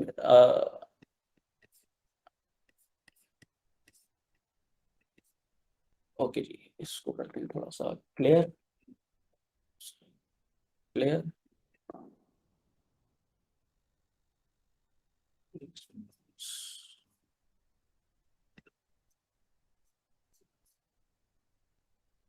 ओके जी, सबसे पहले क्लियर हो गया। अच्छा, अभी हम करने वाले क्या हैं कि हम जितनी डॉकर इंजन ने नेम स्पेसेस क्रिएट करी ना, अभी तो हम डॉकर एग्जैक्ट से हम उसको कनेक्ट कर सकते थे। सो अंडर द हुड किस तरह से वो चीज़ें एक दूसरे के साथ फॉर्मुलेट हुई हैं, क्या क्या चीज़ों का कॉम्बिनेशन बना है, we will see this as well. कि जो हम बातें कर रहे हैं कि डॉकर ने नेम स्पेस क्रिएट कर दिए, वो तो अभी तक हमने एग्जीक्यूट होते हुए नहीं देखी। तो this time we will see कि जितनी हमने नेम स्पेसेस क्रिएट करी हैं हम उनको लिनक्स से भी कनेक्ट कर सकते हैं। सो सबसे पहले हमें एक अपने कंटेनर की आईडी गेट करनी होगी। डॉकर पीएस, इसको थोड़ा सा इधर कर दूं। अच्छा जी, डॉकर पीएस करके मैंने आईडी गेट कर दी। अगर मैं इसको क्यू कर दूं तो मेरे पास सिर्फ आईडी आ जाएगी। अच्छा जी, उसके बाद मैंने जो है इसकी पिड लेनी है, बेसिकली जो हमारा कंटेनर है ना उसकी पिड लेनी है। तो we will follow the same that we saw in presentation, ताकि जब आप लोग काम कर रहे हो तो आप लोग को भी कोई डिफरेंस नजर ना आए। तो इसके अंदर हमने कमांड एग्जीक्यूट करनी है, Docker inspect minus format, as we discuss के जो आउटपुट आता है वो जेसन में आता है, we will see that as well. Minus format dot state dot PID, और इसके बाद हम इसको डबल स्क्वायर ब्रैकेट में करेंगे, ठीक है जी। फिर उसके बाद यहाँ पर हमने अपना कंटेनर आईडी डालनी है ताकि वो हमें उसका प्रोसेस आईडी दे दे, लिनक्स का प्रोसेस आईडी दे दे, ठीक है। अब इसको जरा एको करके भी देख लेते हैं, ठीक है, 4760। अब एनएस सेंटर की एक एप्लीकेशन होती है जो लिनक्स में होती है, एन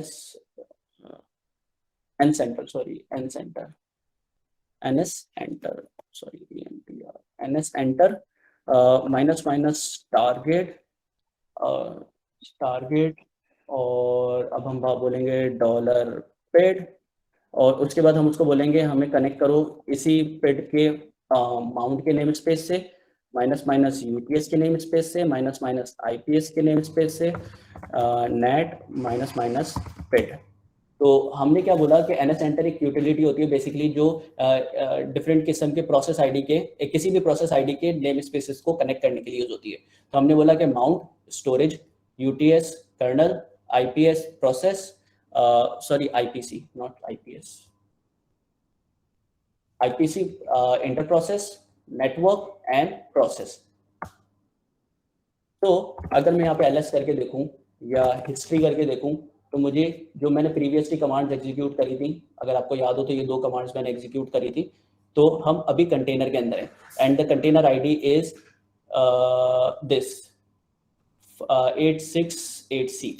अगर मैं एग्जिट करूं और मैं करूं Docker ps, so you could C 868C।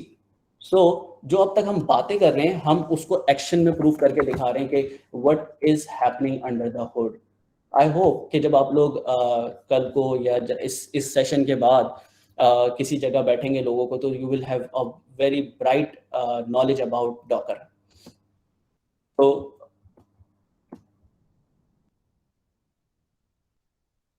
तो now let's talk about kernel groups, memory C groups.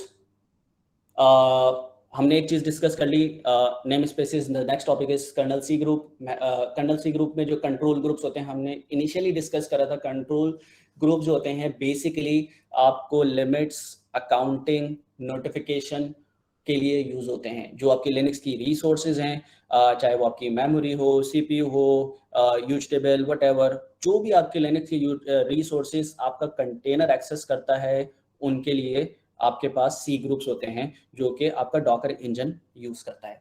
So memory for managing accounting limits and notification, memory से रिलेटेड कि मेमोरी की अकाउंटिंग करता है, मेमोरी की लिमिट्स को डिफाइन करता है, और इन केस थ्रेशोल्ड आ जाए तो डॉकर डीमन को उसके या किसी भी डीमन को उसकी नोटिफिकेशन, आपने देखा होगा हीप साइज के एरर्स देखे होंगे, मेमोरी हीप, जावा हीप, व्हाटएवर, जब भी हीप साइज आता है ना, तो वो हीप का जो एरर होता है ना, बेसिकली वो मेमोरी सी ग्रुप से आता है उस प्रोसेस आईडी के।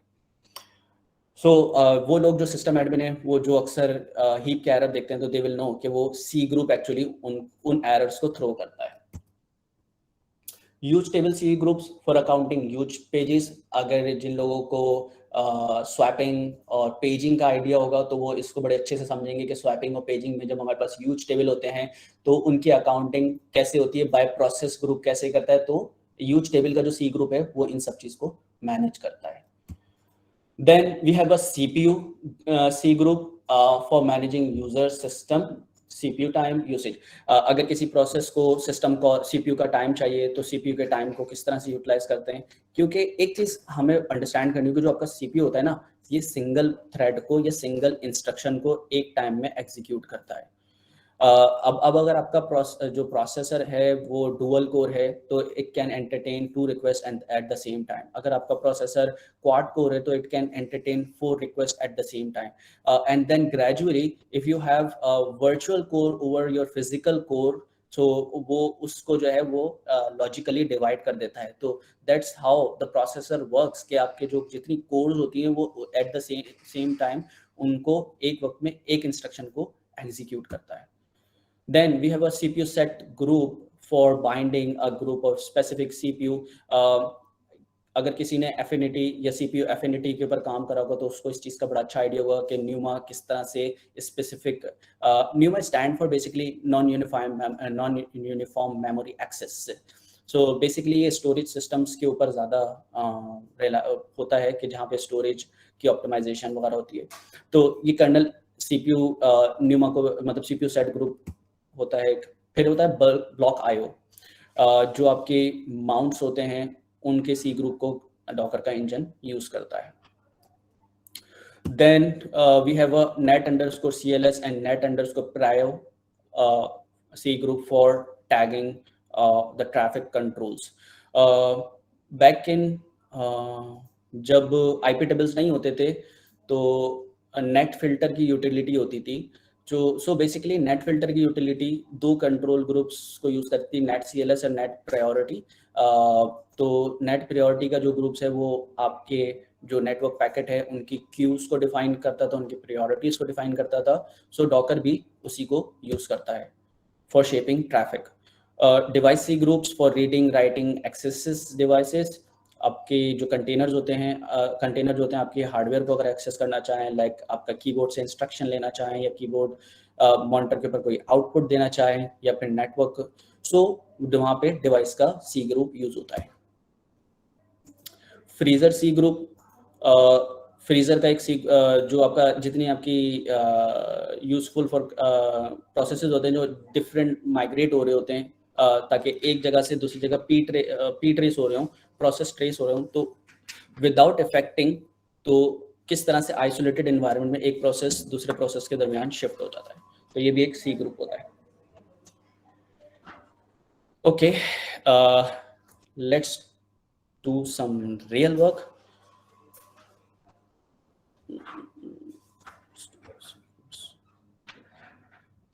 ओके, अच्छा जी,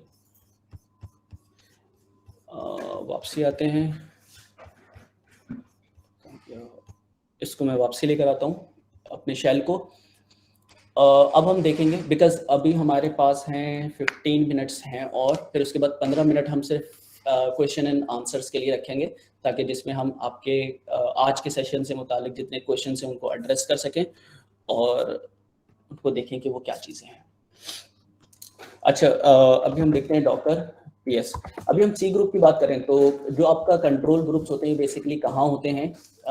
ये होते हैं आपके CD, सिस, FS और सी ग्रुप।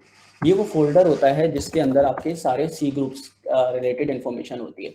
अच्छा, इसमें अगर आपका जो जितने आपके सी ग्रुप्स हैं ना उनके डिफरेंट फोल्डर्स हैं, लाइक ब्लॉक आईओ का अभी हमने डिस्कस करा, ब्लॉक आईओ का एक सी ग्रुप है, CPU का एक सी ग्रुप है, CPU सेट का एक सी ग्रुप है, CPU अकाउंटिंग का एक सी ग्रुप है, हमने डिस्कस करा डिवाइसेस, फ्रीजर, यूज टेबल। सो जो अभी तक हमने स्लाइड्स में पढ़ा है ना उसको हम रियलिटी में देख रहे हैं। आज तक हमने सिर्फ ये सुना था कि वो सी ग्रुप को यूज करता है, तो आज हम उन सब चीज़ों को रियलिटी में देख रहे हैं कि नेट CLS क्या होता है, नेट प्रियो क्या होता है। ये दीज थिंग्स रियली एग्जिस्ट। ये OSI लेयर्स की तरह नहीं है कि जो एक वर्चुअल कॉन्सेप्ट है। This actually you can C, you can feel that. So her Linux के अंदर उसका आर्किटेक्चर थोड़ा सा डिफरेंट होता है। मैं उबंटू यूज कर रहा हूँ तो उसके अंदर सिस और FS के अंदर सी ग्रुप्स का फोल्डर होता है, और सी ग्रुप्स के फोल्डर के अंदर सारे आपके सी ग्रुप्स होते हैं। अगर मैं ब्लॉक आईओ के अंदर जाऊं, CD ब्लॉक आईओ, सॉरी क्यों नहीं काम कर रहा, CD ब्लॉक आईओ के अंदर जाऊं मैं तो यहाँ पे मुझे डिफरेंट किस्म के फाइल्स नजर आ जाएंगी। अच्छा, ये हर फाइल के अंदर है ना डिफरेंट किस्म की चीजें होती हैं कि कितनी bytes IO bytes block IO के थ्रू हो रही हैं। अब एक चीज ऑब्जर्व करें कि ब्लॉक आईओ के अंदर डॉकर का एक सेपरेट फोल्डर है। जितने हम डॉकर कंटेनर बनाते जाएंगे ना उनके ब्लॉक आईओ के सी ग्रुप्स जो है ना वो इस फोल्डर के अंदर जाते जाएंगे। Let's jump into that folder. इसको LS करके देखेंगे तो अभी हमारे पास जो है ना एक कंटेनर चल रहा है, ठीक है। अगर मैं docker ps करूं, docker ps, तो हमारे पास अभी एक कंटेनर चल रहा है। Let's run couple of docker run space -it space -t -name c2, और इसको अगेन हम उबंटू से ही चला देते हैं क्योंकि वरना इमेज डाउनलोड होने में टाइम लगेगा। सो अगर मैं अब docker ps करूं तो अब देखिए मेरे पास दो कंटेनर C1 एंड C2 चल रहे हैं। अभी तक एट द मोमेंट मेरे पास इसके अंदर एक फोल्डर था। अब अगर मैं इधर ls करूं तो आई कैन सी 2 फोल्डर्स हर, और इसकी that's how C groups are managed by Docker engine in Linux. So अगर मैं इसके अंदर जाऊं CD करके, control C CD, sorry CD 83, yes, अब मैं इस फोल्डर के अंदर आ गया हूं। सो देखिए जो स्ट्रक्चर मुझे ऊपर नजर आ रहा था, डॉकर ने क्या करा है, एक डायरेक्टरी क्रिएट करी कंटेनर की और उसके अंदर सेम सारी स्ट्रक्चर को कॉपी कर दिया। ये बेसिकली टास्क की जो फाइल होती है ना, इस टास्क की फाइल में हमारे पास पता चलता है कि ये प्रोसेस आईडी, इस कंटेनर की प्रोसेस आईडी क्या है जिसके ऊपर ये सी ग्रुप चल रहा है। मतलब इस सी ग्रुप के ऊपर किस प्रोसेस आईडी का की ओनरशिप है एक्चुअली। तो इस फाइल को देखते हैं, टास्क 4960। अगर मैं PSAUX पाइप्स, सॉरी अगर मैं करूं PSAUX पाइप साइन ग्रैब, क्या थी आईडी 46, आई जस्ट फॉरगॉट क्या आईडी थी, 4960, 4960। सो यू विल सी कि एक बैच चल रहा है। अब ये बैच किस पे चल रहा है, ये हमारे कंटेनर का बैच है। अब सो इस तरह से जिस प्रोसेस आईडी का वो सी ग्रुप होता है वो आपकी टास्क की फाइल में होता है। ये सिर्फ डॉकर के उसके केस में नहीं है, ये किसी भी जनरल केस में है। अगर मैं यहाँ पे इधर टास्क की फाइल खोलूं तो जितने प्रोसेसेस इस ब्लॉक आईओ के सी ग्रुप को यूज कर रहे होंगे वो यहाँ पे लिस्ट हो जाएंगे। तो बेसिकली टास्क की जो फाइल होती है ना, क्योंकि जनरली ब्लॉक आईओ को कोई भी प्रोसेस सी ग्रुप को नहीं यूज कर रहा, इसलिए यहाँ पे कोई टास्क के अंदर जो है प्रोसेस आईडी नहीं है। अगर मैं इसको इस फोल्डर के अंदर चला जाऊं, क्या है C1, सो और अगर मैं टास्क की फाइल को कैप्चर करूं, उसके अंदर का कंटेंट देखूं तो मुझे 4670 की प्रोसेस आईडी मिलेगी। और अगर इसी प्रोसेस आईडी को मैं ग्रैब करके देखूं 4670, सो यू कैन सी अगेन, क्योंकि मेरे कंटेनर के, और इसी चीज को प्रूफ करने के लिए ये वाकई ही डॉकर कंटेनर की है, मैं कमांड रन करता हूँ, डॉकर ps करता हूँ, Docker ps। So you will see कि दो बैच की प्रोसेसेस चल रहे हैं। सी 2 बैच के प्रोसेसेस चल रहे हैं, और अगर मैं यहीं से PSAUX पाइप्स एंड क्रैप बैच करूं तो आप देखें कि 2 बैच के प्रोसेसेस तो ये मेरे कंटेनर के हैं, ये वो बैच का प्रोसेस है जो मेरा जब मैं सिस्टम के ऊपर लॉगिन हुआ था, और ये वो बैच का प्रोसेस है जो स्टार डैश वेब एसएच का कोई यूज कर रहा है, प्रोसेस चल रहा है जिसकी वेब एसएच का कोई फोल्डर। खैर वी प्रूव्ड कि जो आपके सी ग्रुप्स हैं वो हर एक एंटायरली डिफरेंटली ट्रीटेड होते हैं। अब हमने क्या करा था, हमने डॉकर के अंदर जाके ब्लॉक आईओ के अंदर देखा था। We will see others as well. C group के अंदर खड़े होते हैं हम, और सी ग्रुप के अंदर हम जाते हैं, ब्लॉक आईओ को हमने देखा था। अभी हम देखते हैं डिवाइसेस को, CD डिवाइसेस, CD डिवाइसेस। सो आप अगेन देखें डॉकर का फोल्डर है हमारे पास, हम डॉकर के फोल्डर के अंदर जाते हैं, CD डॉकर, और इसको ls करके देखते हैं तो अगेन हमारे पास 2 कंटेनर आ रहे हैं। हम इस कंटेनर के अंदर if you observe the ID of the folder or name of the folder remains same, 8372. So that's hence it's proved कि जो एक कंटेनर होता है उसके जितने सी ग्रुप्स हैं वो लिनक्स में किस तरह से मैनेज होते हैं। तो CD 8372 एंड देन ls करूँ अगर मैं इसको, तो यहाँ पर मुझे टास्क का फोल्डर, टास्क की फाइल अगेन नजर आएगी। अगर मैं इसको कैट करके देखूं task, so you will see the same ID 4960। इसी तरह से अगर मैं जितने सी ग्रुप्स में जाऊंगा उन सी ग्रुप्स के अंदर मुझे यही सारी चीजें स्ट्रक्चर मिलेंगी। चाहे मैं अभी तक जो हमने डिस्कशन करी कि डॉकर सी ग्रुप यूज करता है, आज तक हम ये बातें सिर्फ हवाई देख रहे थे कि भाई सी ग्रुप यूज करता है। नाउ टुडे वी नो कि कहाँ पे क्या चीज पड़ी होती है, कहाँ पे किस तरह से कौन से स्ट्रक्चर में चीजें पड़ी थी। कल को हमसे कोई पूछता है कि भाई आपको डॉकर का पता भी है, आप डॉकर पे रोजाना काम कर रहे हो, आपको पता भी है वो कैसे काम करता है, तो we will be answer hello, we know things, we know actually how Docker performs, how Docker runs under the hood. So there are a lot of things to become. It's not over yet. So let's see कि क्या करते हैं हम। अच्छा, सी groups को हमने देख लिया। लेट्स मूव बैक, इसको जरा मैं वापस पीछे करूं, स्लाइड को ओपन करते हैं हम इस वाली स्लाइड से।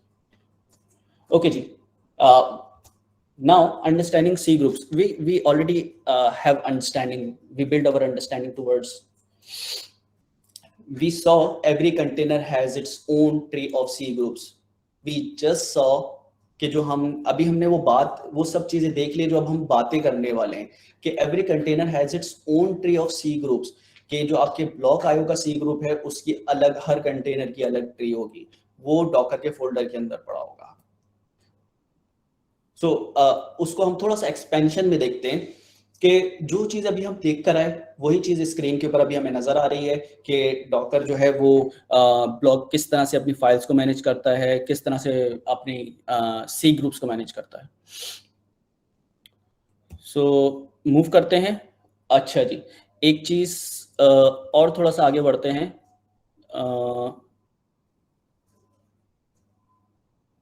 सो we already work with C groups, तो एक चीज और दिखाऊंगा, फिर उसके बाद हम नेक्स्ट स्लाइड के ऊपर मूव करेंगे। इसके लिए अभी हम डिस्कस कर रहे थे कि अच्छा जी, ls स्पेस -la। अभी अगर मुझे सारे कंटेनर की देखनी हो तो ट्री की एक यूटिलिटी होती है, बेसिकली ट्री ब्लॉक आईओ के अंदर मैंने देखना है कि कितने कंटेनर हैं, तो उसके अंदर डॉकर, ठीक है जी, और डायरेक्ट कर देते हैं इसको। तो मेरे जितने कंटेनर होंगे ना उनका मुझे ब्लॉक आईओ का ट्री नजर आने लग जाएगा। या इसको ऐसे करते हैं, इसको करते हैं इस तरह से, ठीक है जी, static /docker, कोई भी फोल्डर हो उसके अंदर डॉकर हो। हमें थोड़े से एरर भी आएंगे यहाँ पे ना, ठीक है जी, कहीं ना कहीं हमें एरर भी आएंगे। तो अब हमने क्या करा, हमारे जितने हमारे सी ग्रुप्स थे ना, हमने सबको लिस्ट कर लिया ट्री के थ्रू। ट्री के अंदर हमने बोला, इससे हमें ये भी प्रूव हो गया, देखें एरर आ रहा है कि हर सी ग्रुप का जो अंदर डॉकर का फोल्डर होता है, स्ट्रक्चर कितना यूनिफॉर्म है। जो भी सी ग्रुप है उसके अंदर डॉकर का फोल्डर है, फिर उसके बाद कंटेनर का फोल्डर है, और उस कंटेनर के फोल्डर के अंदर जो है ना हमारे सी ग्रुप की चीजें। सो ये एक आपके सामने ट्री क्रिएट हो जाएगा। अगर आपको मोर डिटेल चाहिए कि मेमोरी का कहाँ है, तो उन सब चीज़ों को आप इससे एक छोटी सी चीज़ और ट्राई करते हैं। इसको हम बोलते हैं कैट कर लो टास्क की फाइल को, टास्क, ठीक है जी। सो अब उसने क्या करा कि जितनी टास्क की फाइलें थी ना वो सब खोल दी मेरे लिए। तो उसमें मेरे पास दो ही चीज़ें नज़र आ रही हैं। अगर मैं इसको -u कर दूँ, -u, ठीक है जी, सॉर्ट हो गई, यूनिक आ गई। तो 496, 497, 496, 4960, 4970, 460। तो सो वी अंडरस्टैंड कि जो जो अब तक हम बातें कर रहे थे टास्क की फाइल के अंदर, सो वो सब चीज़ें हमें यहाँ पे नज़र आ रही हैं।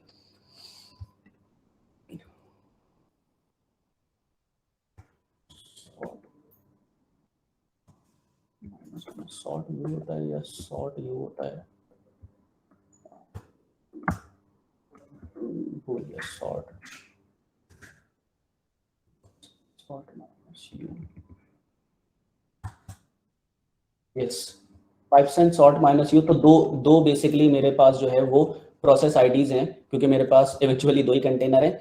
तो मैंने क्या करा कि जितने भी सी ग्रुप्स हैं उनके अंदर डॉकर के फोल्डर के अंदर जाओ, और जितने भी फोल्डर्स हैं डॉकर के फोल्डर के अंदर, जितने भी कंटेनर के फोल्डर हैं उनके अंदर जो टास्क की फाइल है उनको कैट कर दो।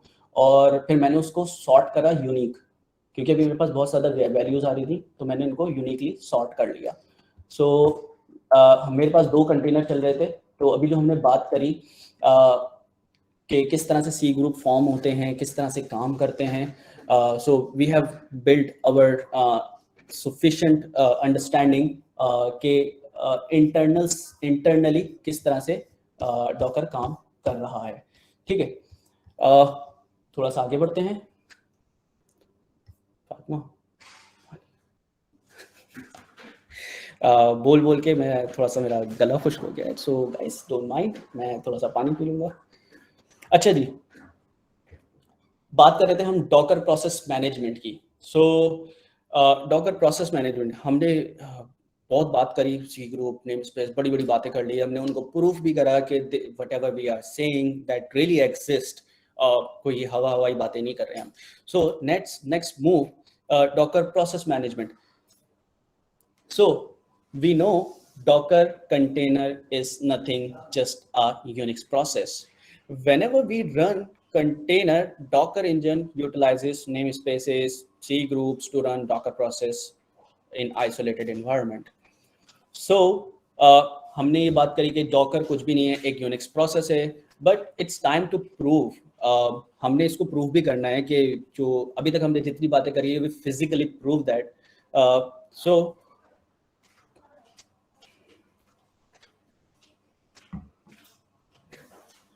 ओके, थोड़ा सा आगे बढ़ते हैं। Docker also make use of kernel control groups for resource allocation. मेरे ख्याल से जिन्होंने पहले डॉकर कंटेनर्स पे काम किया होगा उन्होंने रिसोर्स मैनेजमेंट को भी कहीं ना कहीं पढ़ा होगा। तो जो हम रिसोर्स मेमोरी एलोकेट करते हैं किसी कंटेनर को, या कंटेनर जो मेमोरी मैनेज करता है या सीपीयू के रिसोर्सेज को मैनेज करता है, वो बेसिकली कंट्रोल ग्रुप के थ्रू होता है। सो और इसके अलावा अगर कोई हार्डवेयर के ऊपर शेयर्ड रिसोर्सेज हों, कंटेनर उनको किस तरह से देखता है, उनको किस तरह से मैनेज करता है, वो उनके ऊपर किस तरह से लिमिट इन्फोर्स करता है, that all happens through C group. आपका एक डॉकर जब आप प्रोसेस इनिशिएट करते हैं, लेट्स सपोज आपने एक अपनी एप्लीकेशन का प्रोसेस स्टार्ट करा Node.js का, या मे बी जावा की एप्लीकेशन रन करी, तो वो जब जावा की एप्लीकेशन रन हुई, अंडर द हुड क्या हुआ, उसने कुछ मेमोरी को जो है ना यूटिलाइज कर लिया, सीपीयू को यूटिलाइज कर लिया और बहुत सारी चीजें करने लगा। तो उसके ऊपर हमने कोई ना कोई लिमिट बाउंड करनी है, क्योंकि बिकॉज वी नो कि थिंग्स कुड एग्जॉस्ट। सो किस तरह से वो चीजें लिमिट होती हैं। So just give me a moment, thank you Fatima.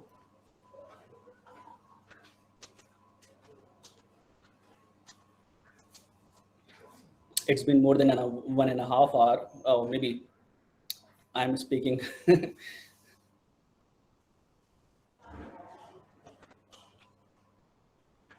Thank you. हमने बात करी कि कंटेनर जो है वो डॉकर का कंटेनर जो एक प्रोसेस है, तो it's time to prove, let's prove it. हमने डॉकर का कंटेनर रन करा एंड इस तरह से हमने अब हम इसको रियल एग्जांपल के साथ देखते हैं। अगेन हमारे पास एक ही सर्वर है और हम उस सर्वर को ही यूटिलाइज करते रहेंगे, कल भी करेंगे, आज भी कर रहे हैं, और इसी सर्वर के साथ जो है हम खेलते रहेंगे। तो let's move to the root, let's clean it up. docker rm -f c1 c2. I'm just cleaning up the resources. Nginx 2 test c1 test c2 सही। docker ps space -a करके देखते हैं। We still have one container which is test rm space -f test docker ps space -a करके देखते हैं कि we have nothing running now। अभी हमने बात करी कि भाई डॉकर जो है एक प्रोसेस है, वी सॉ बैश के प्रोसेसेस चल रहे थे। Now it's time to prove with some different ways कि बैश का प्रोसेस तो वैसे ही चलता है, तो इसको हम डिफरेंटली कैसे ट्रीट कर सकते हैं, या इसको डिफरेंटली कैसे प्रूव कर सकते हैं कि जो हम कंटेनर चला रहे हैं वो वाकई एक प्रोसेस है। तो let's run nginx container Docker run space -it space -d -name nginx, और हम इमेज nginx की यूज कर लेते हैं। There are a lot of pre-built images available on the internet, so you could utilize. तो एक कंटेनर चल गया। अब हम डॉकर ps करके देखते हैं, हमारे पास एक nginx का कंटेनर चल रहा है। नाउ हम ये बात करेंगे डॉकर का जो कंटेनर है वो एक प्रोसेस है। सो कैसे प्रूफ करें? सो उसके लिए जो बेसिकली हम बात कर रहे थे कि सिस्टम के ऊपर कैसे चलता है, तो ps aux pipeline grep nginx। मैंने कंटेनर इस मशीन पे चलाया था तो प्रोसेस भी इसी मशीन पे चलेंगे। सो यू कुड सी कि मेरे पास nginx के प्रोसेस चल रहा है, और nginx का प्रोसेस जो है मेरे पास जो मैंने कंटेनर चलाया उसके अंदर चल रहा था। ठीक है जी, डीमन ऑफ। अच्छा, अब यही चीज़ मैं कंटेनर के अंदर जाके चेक करता हूँ।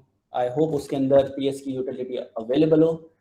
नॉर्मली नहीं होगी तो कर लेंगे इंस्टॉल docker exec nginx और bash। ठीक है जी, ps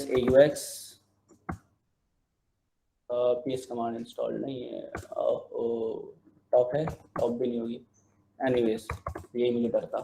ठीक है जी, तो वी प्रूव्ड कि जब हमने कंटेनर रन करा तो वो एक प्रोसेस स्टार्ट हो गया। एक काम करते हैं, टॉमकैट का भी प्रोसेस कंटेनर रन करते हैं। Docker run space -it space -d -name Tomcat server, और हम इमेज यूज कर लेते हैं टॉमकैट की।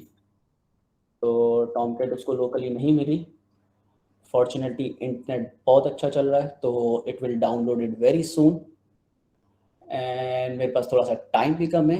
आई have to wrap up for today. सही है, डॉकर ps करके देखेंगे। So you could see there are two servers are running, Tomcat और nginx। सो इसको एग्जामिन करते हैं कि whatever we are saying that really happening. yes grep। अच्छा, अब हम कर लेते हैं nginx को ग्रैब करके लेकर आओ, और किसको ग्रैब करके लेकर आओ, जावा को। अच्छा जी, सॉरी, कोई बात नहीं, अलग अलग ग्रैब कर लेते हैं। nginx का प्रोसेस आ गया, जावा का प्रोसेस आ गया। सो हमने कंटेनर ऊपर रन करा था और हमें ये चीज यहाँ पे नजर आ गई। अब इसको प्रूव करने के लिए मैं क्या करता हूँ, मैं डॉकर के कंटेनर को करता हूँ remove, Docker rm space -f और मैं रिमूव कर देता हूँ nginx। अब अगर मैं psux pipes and grab nginx, so sorry, छोटी सी typo mistake, again typo mistake,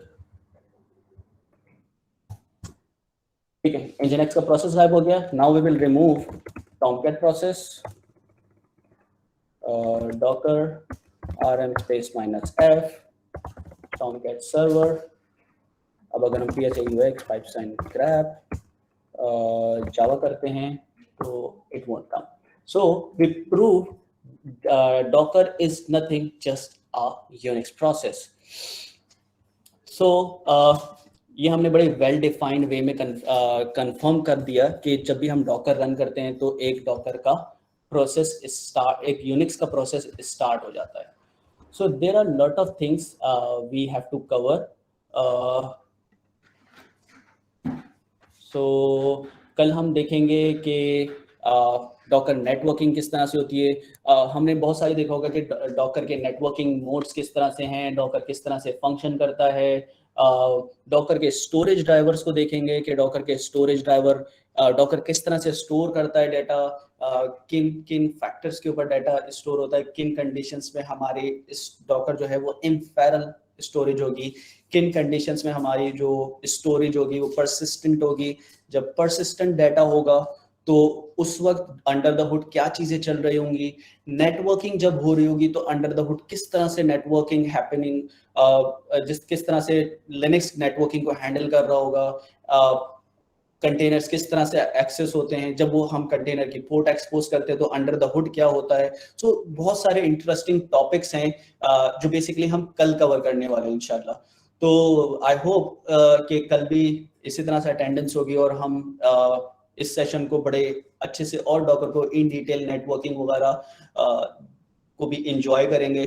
so I am open for questions, so if you guys have questions you can start asking.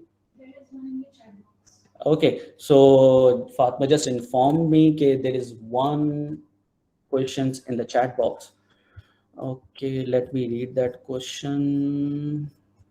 Okay, how does memory C groups knows how much memory to allocate and how exactly it's managing other related tasks? इस question के दो हिस्से हैं, ठीक है जी। पहले हिस्से का जो आंसर है वो ये है कि how does memory C groups knows how much memory to allocate. Linux का एक स्टैंडर्ड है, लिनक्स कुछ सेट ऑफ स्टैंडर्ड्स के ऊपर बनी हुई है। प्रीवियसली क्या होता था कि जब मैं हैकिंग वगैरह करता था तो उस वक्त मैं क्या करता था कि मैं सिस्टम को डाउन करता था मेमोरी बफर के थ्रू, ठीक है। मैं मेमोरी बफर में सबसे पहले कोशिश करता कि मुझे मेमोरी बफर का एक्सेस मिल जाए और मेमोरी ओवरफ्लो करता था मैं। बफर ओवरफ्लो के अटैक्स बहुत होते थे, तो हम क्या करते थे, हम सिस्टम ही डाउन कर देते थे। तो उस वक्त के जो ऑपरेटिंग सिस्टम होते थे वो इतने एफिशिएंट नहीं होते थे कि उनको ये पता हो कि कितनी मेमोरी उसने प्रिजर्व करके रखनी है और कितनी मेमोरी जो है उसने प्रोसेसेस को एलोकेट करनी है।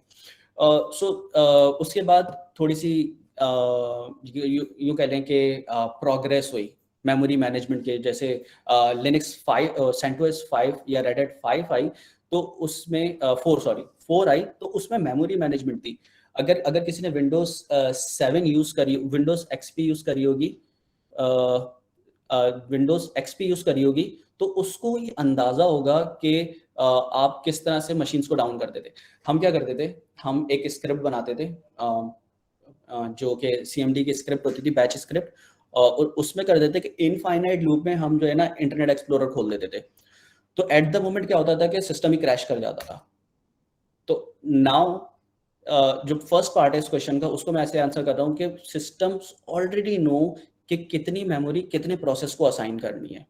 एक चीज हो गई, अब के जो ऑपरेटिंग सिस्टम है उनको पहले से पता है कि हमने सेल्फ क्रैश नहीं करना है, हमने सुसाइड बॉम्बर नहीं बनना है, अब के जो ऑपरेटिंग सिस्टम है दे नोज कि मुझे इतनी मेमोरी कर्नल के लिए सेपरेट करके रखनी है, इतनी मेमोरी मुझे मैंने डिवाइसेस के लिए सेपरेट करके रखनी है, इतनी मेमोरी मुझे सिस्टम कॉल्स के लिए सेपरेट करके रखनी है। तो इस तरह से वो डिफरेंट चीज़ों को अपने लेवल पे मैनेज कर रहा होता है।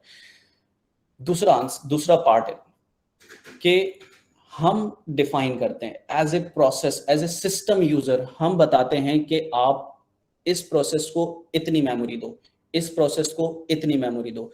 डॉकर को हम इंस्ट्रक्ट करते हैं कि बेसिकली आपने कितनी मेमोरी यूज करनी है। कंटेनर जो है, बेसिकली जो कंटेनर आपका होता है वो आपके 1 GB से ज्यादा कंज्यूम नहीं करता मेमोरी, एंड आपकी एक कोर से ज्यादा कंज्यूम नहीं करता by default. But Umar Javed, Umar, I will come to you. So वहां पर केस ये होता है कि बहुत सारे सिनेरियोस में आप जब मेमोरी एलोकेशन नहीं करते हैं तो आपके सिस्टम में मौजूद जितनी मेमोरी होती है उनको कंज्यूम कर लेता है, but it will never crash your operating system, it will crash itself. सही है कि जो प्रोसेस होता है ना वो अपने आप को किल कर लेगा, ऑपरेटिंग सिस्टम को क्रैश नहीं करेगा। तो आंसर ये है कि हम बताते हैं। दूसरा, ऑपरेटिंग सिस्टम इतने मेच्योर है, उनको पता है कि सेल्फ क्रैश से कैसे बचना है।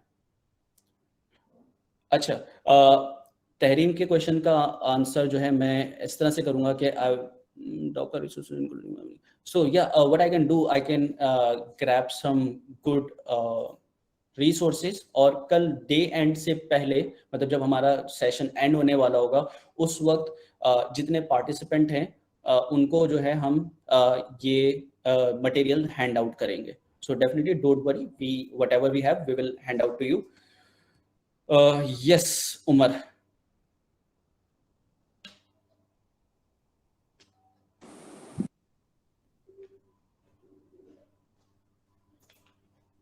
Umar, if you are speaking, we can't hear you.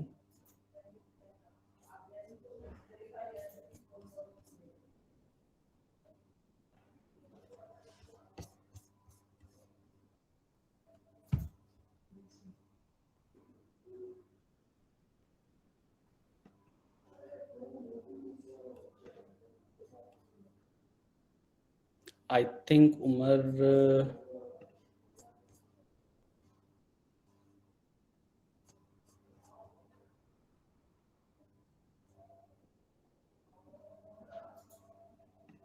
Okay, Safdar Qasim. Yes, Safdar, go ahead.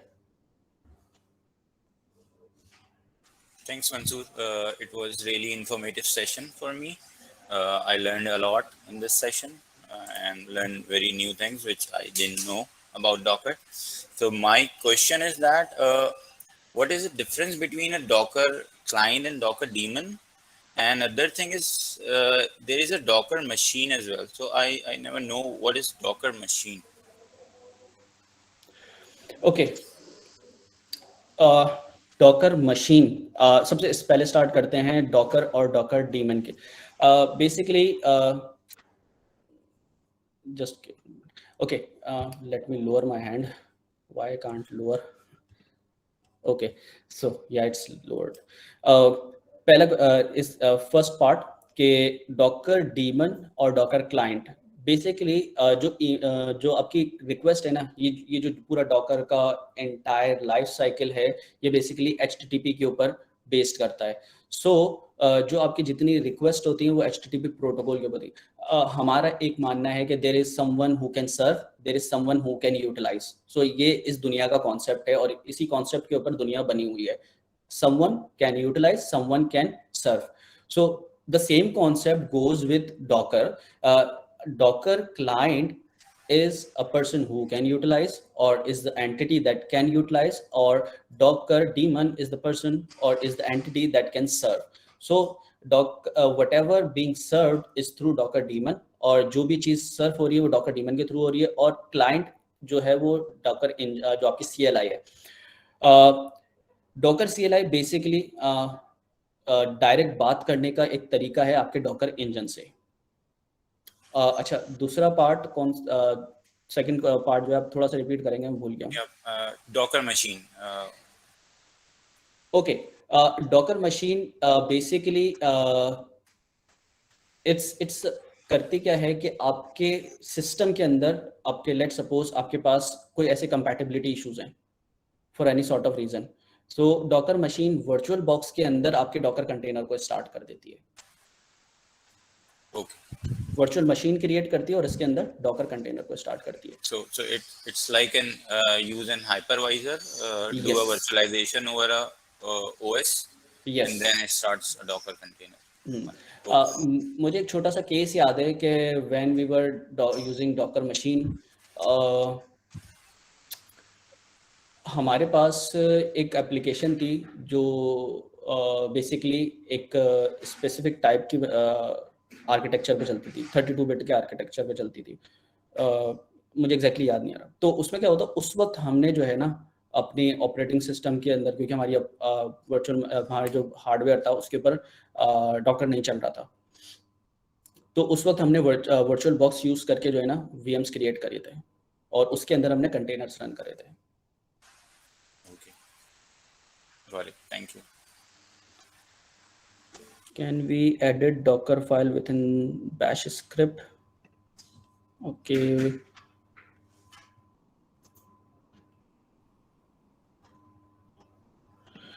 Okay. अच्छा जी, नुमान का एक सवाल है, can we edit Docker file within bash script? Yes we can, but you need to know how to write those scripts.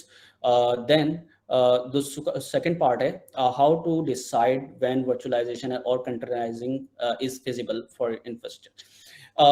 Virtualization decide कैसे करेंगे कि whenever you know your application is entirely stateless, आपकी जो application है वो stateless है, in memory processing नहीं करती, क्यूज मैनेज नहीं करती, सॉकेट मैनेज नहीं करती, then in that case you can go with containerise.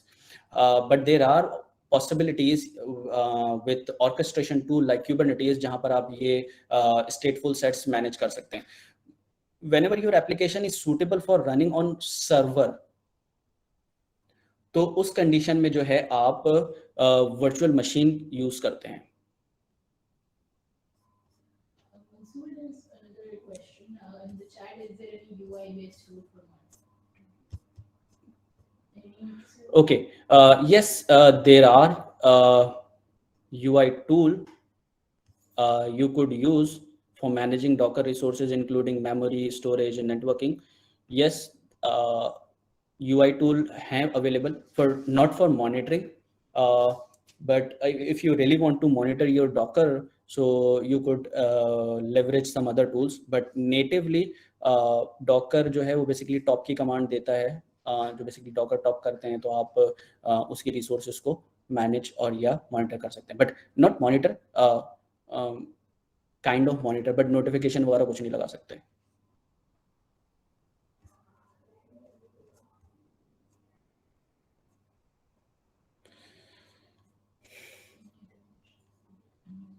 Any question, guys? So if you guys have any question, you can ask. We have, yes, I'm handing over the session to Fatma. So Fatma, over to you.